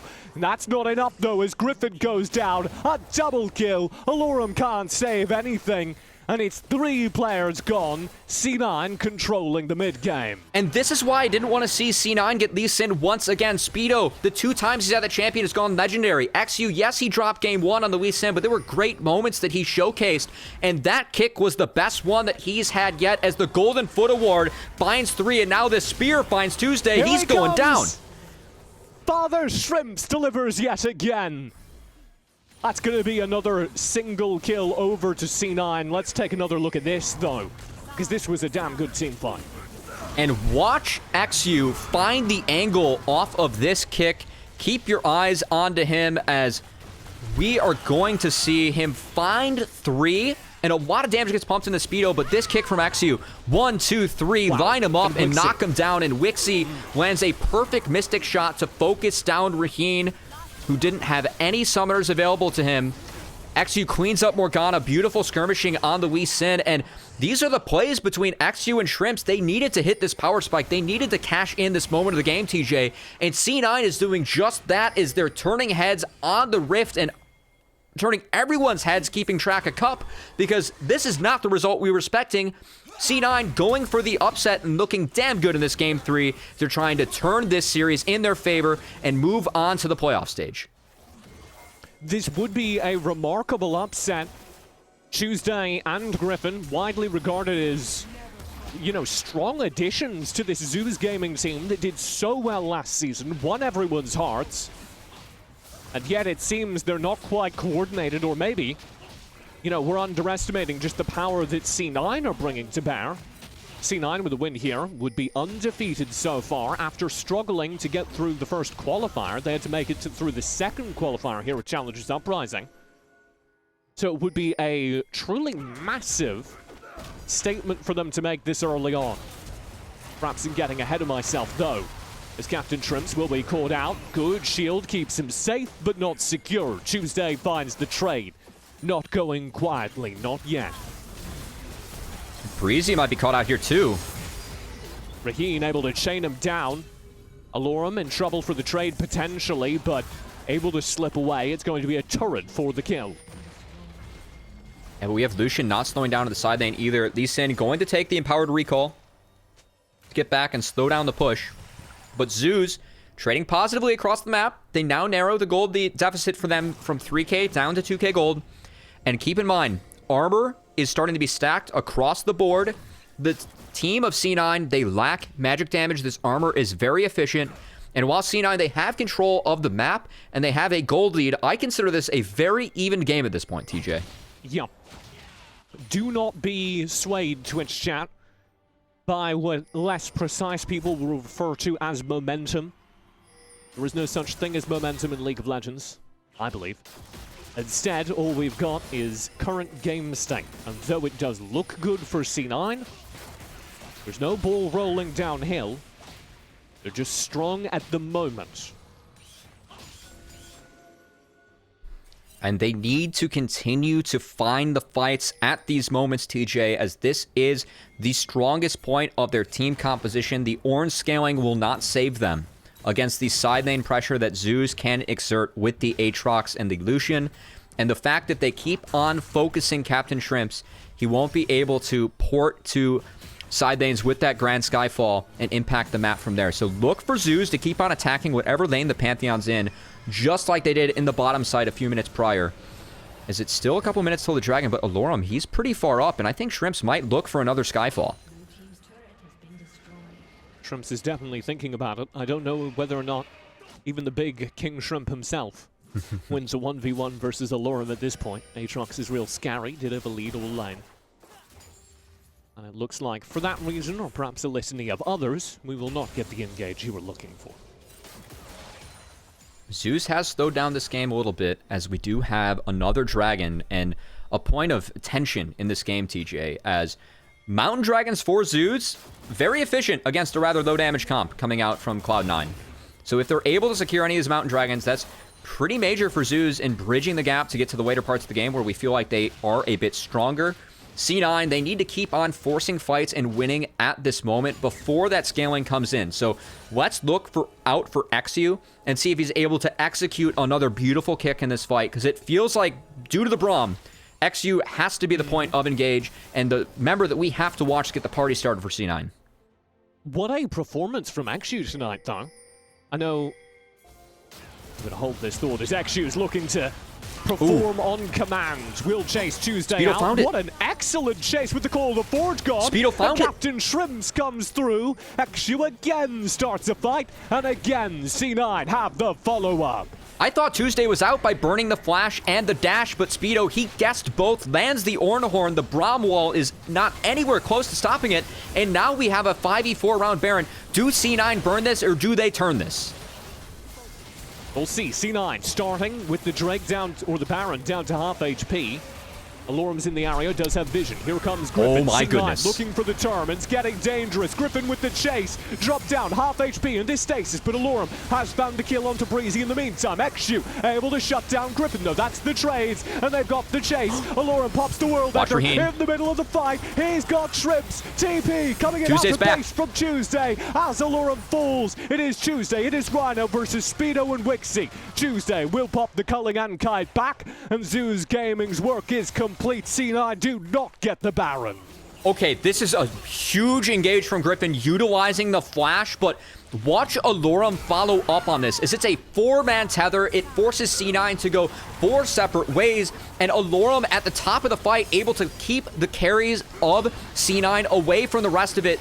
It stalls enough time where Wixie isn't there to follow up on the CC, and the craziness that Captain Shrimps and XU are creating. They get kited out, and this is even for Zeus, but this is a big win for Zeus, the fact they're able to shut down the Baron, buy themselves more time, and get more gold in their pockets with these shutdowns. Here's the Drake up on the board. This would be the third of the game should C9 pick it up. Rhino. Oh my goodness. Oh! Cubby has left his mic. He's walked away. I'm hand in molding. hands. Rhino with a Q. It's just left on 1 HP.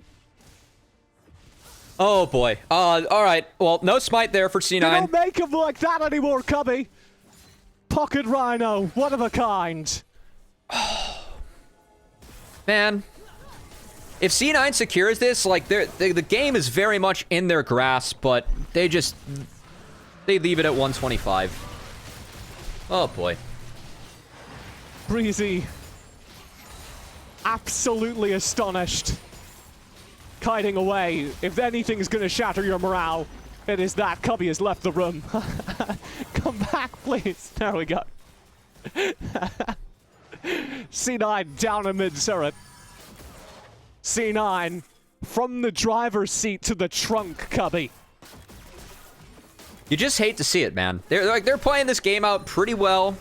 They have a good chance to get a huge upset, and they just walk away from a dragon at 125 HP, and one Braum Q comes in to take away a lot of their hopes and dreams. And the importance of that, because we've talked about the timings, right? It's so important that C9 hit their timings. They've been doing a decent job of doing that all game, but now you get more resistances on the side of Zeus Gaming. That's more armor that they get in their kits, and it's more difficult now for C9 with a low magic damage team composition to drive home the victory as Oh no. XU gonna have a friend to get the safety. Freaked out a little bit too early. I think we are seeing just on the map right now though, C9 look a little bit more sketchy. Oh boy. A little less coordinated. That was a good engage though. True shot right behind the core of the Forge God. They've found one. Alorum's just running for their life. And Alorum will be burned down as Shrimps goes in to cut things off. There's no backup today.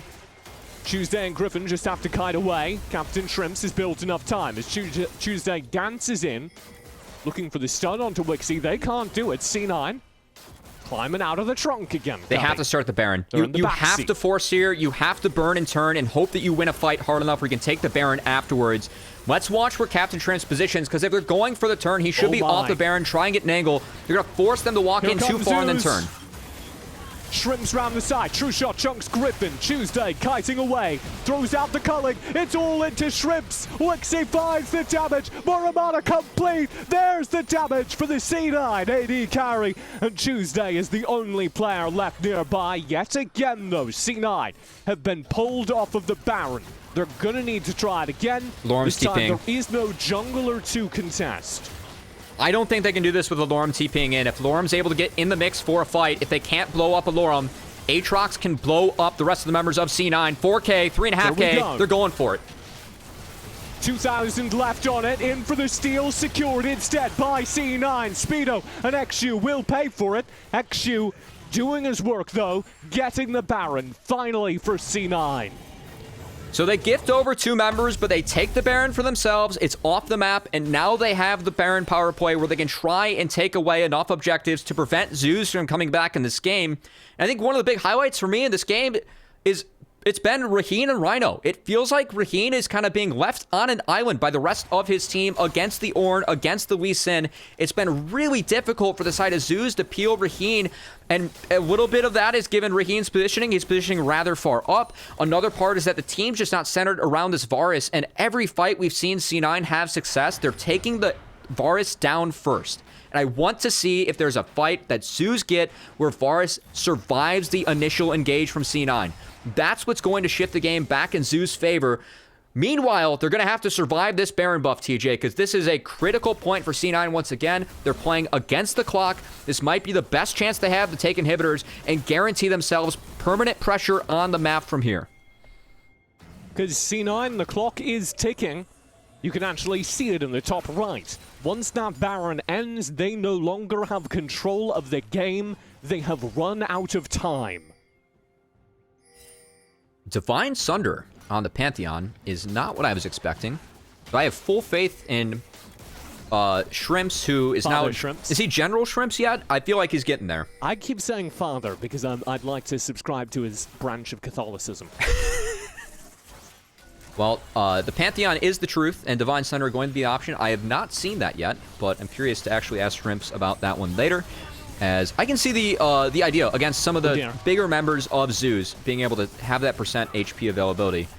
As we still see Alorum in the top side, this is the story of Game 1. Keep in mind, Zeus utilizing the side lane and the pressure that they have with Alorum playing split push. They have to survive the engage, and here it comes. Call to Forge gone. Chain of Corruption, full stun cycle, cancels the Call to Forge gone, and Breezy just gets absolutely chugged. Ooh. Chase down, Griffin gets the kill, and that is disastrous, particularly as the Dark Binding lands as well. And Wixie's having to fight this so carefully. Here comes Wixie with Shrimps. the re-engage. Here comes Shrimps. Round the side. Stun found. Wixie's got the damage. They did it. Double kill to Speedo. And that might be enough. Baron in hand. 30 seconds left. C9 breaking through the base. They're going to stick it. They're going to go for the end. Alorum, he has to base. They have to hold this on the side of Zeus. Can they do this in the 3v4?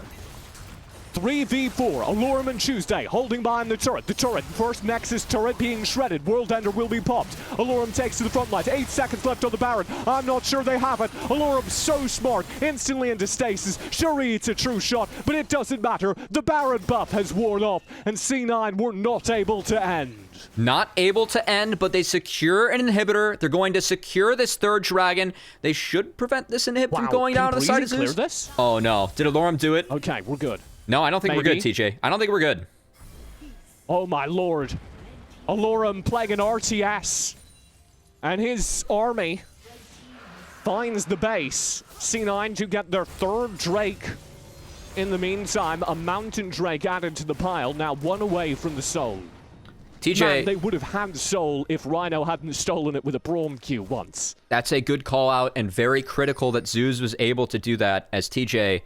I'm also rather glad that I cracked a Red Bull before this game, because this has been nothing but exciting as we are on the edge of our seats here as C9. No one was really talking about C9 coming into Cup. We were kind of positioning them as, hey, like, we're surprised that they get out of this group. I think that their win yesterday against Wildcard Black, a team that is now 1-1 in the groups. They found a win today against Maryville, turned a couple heads, and their performance here against a favorite not only for Amateur, but a favorite that we have for Proving Grounds at the end game. Like, we expect Zeus with this roster to be able to top 8, top 6, top 4 Proving Grounds once we include the Academy teams. C9 Amateur, they're taking it to him, and now Raheen's dead. Wow. Just obliterated. Wixie's doing so much in this game. Griffin Tuesday, a man down, and one of their most powerful players here. Holding defensive behind the turret. Inhibitor turret will fall. Here comes the Grand Starfall. Father Shrimps round the side. Rhino to Kite. Glacial Fissure stalled things Exu. up, but it does not save the day. Wixie and Ixu just pop them. Alorum takes to the front lines. Grandfather lending his team his strength. Can he do it? No. Griffin's dead round the side. Alorum's down to Tuesday half dead. HP. They did it. No World Ender remains. They've done it, Cubby. C9 Amateur breaking open the inhibitors. Breaking open the Nexus. 9 seconds on Raheen's respawn. Just Alorum left to try and hold. Second Nexus turret will fall, and that's going to be the game. C9 Amateur upset the Toilet Paper team. And what a statement game coming out from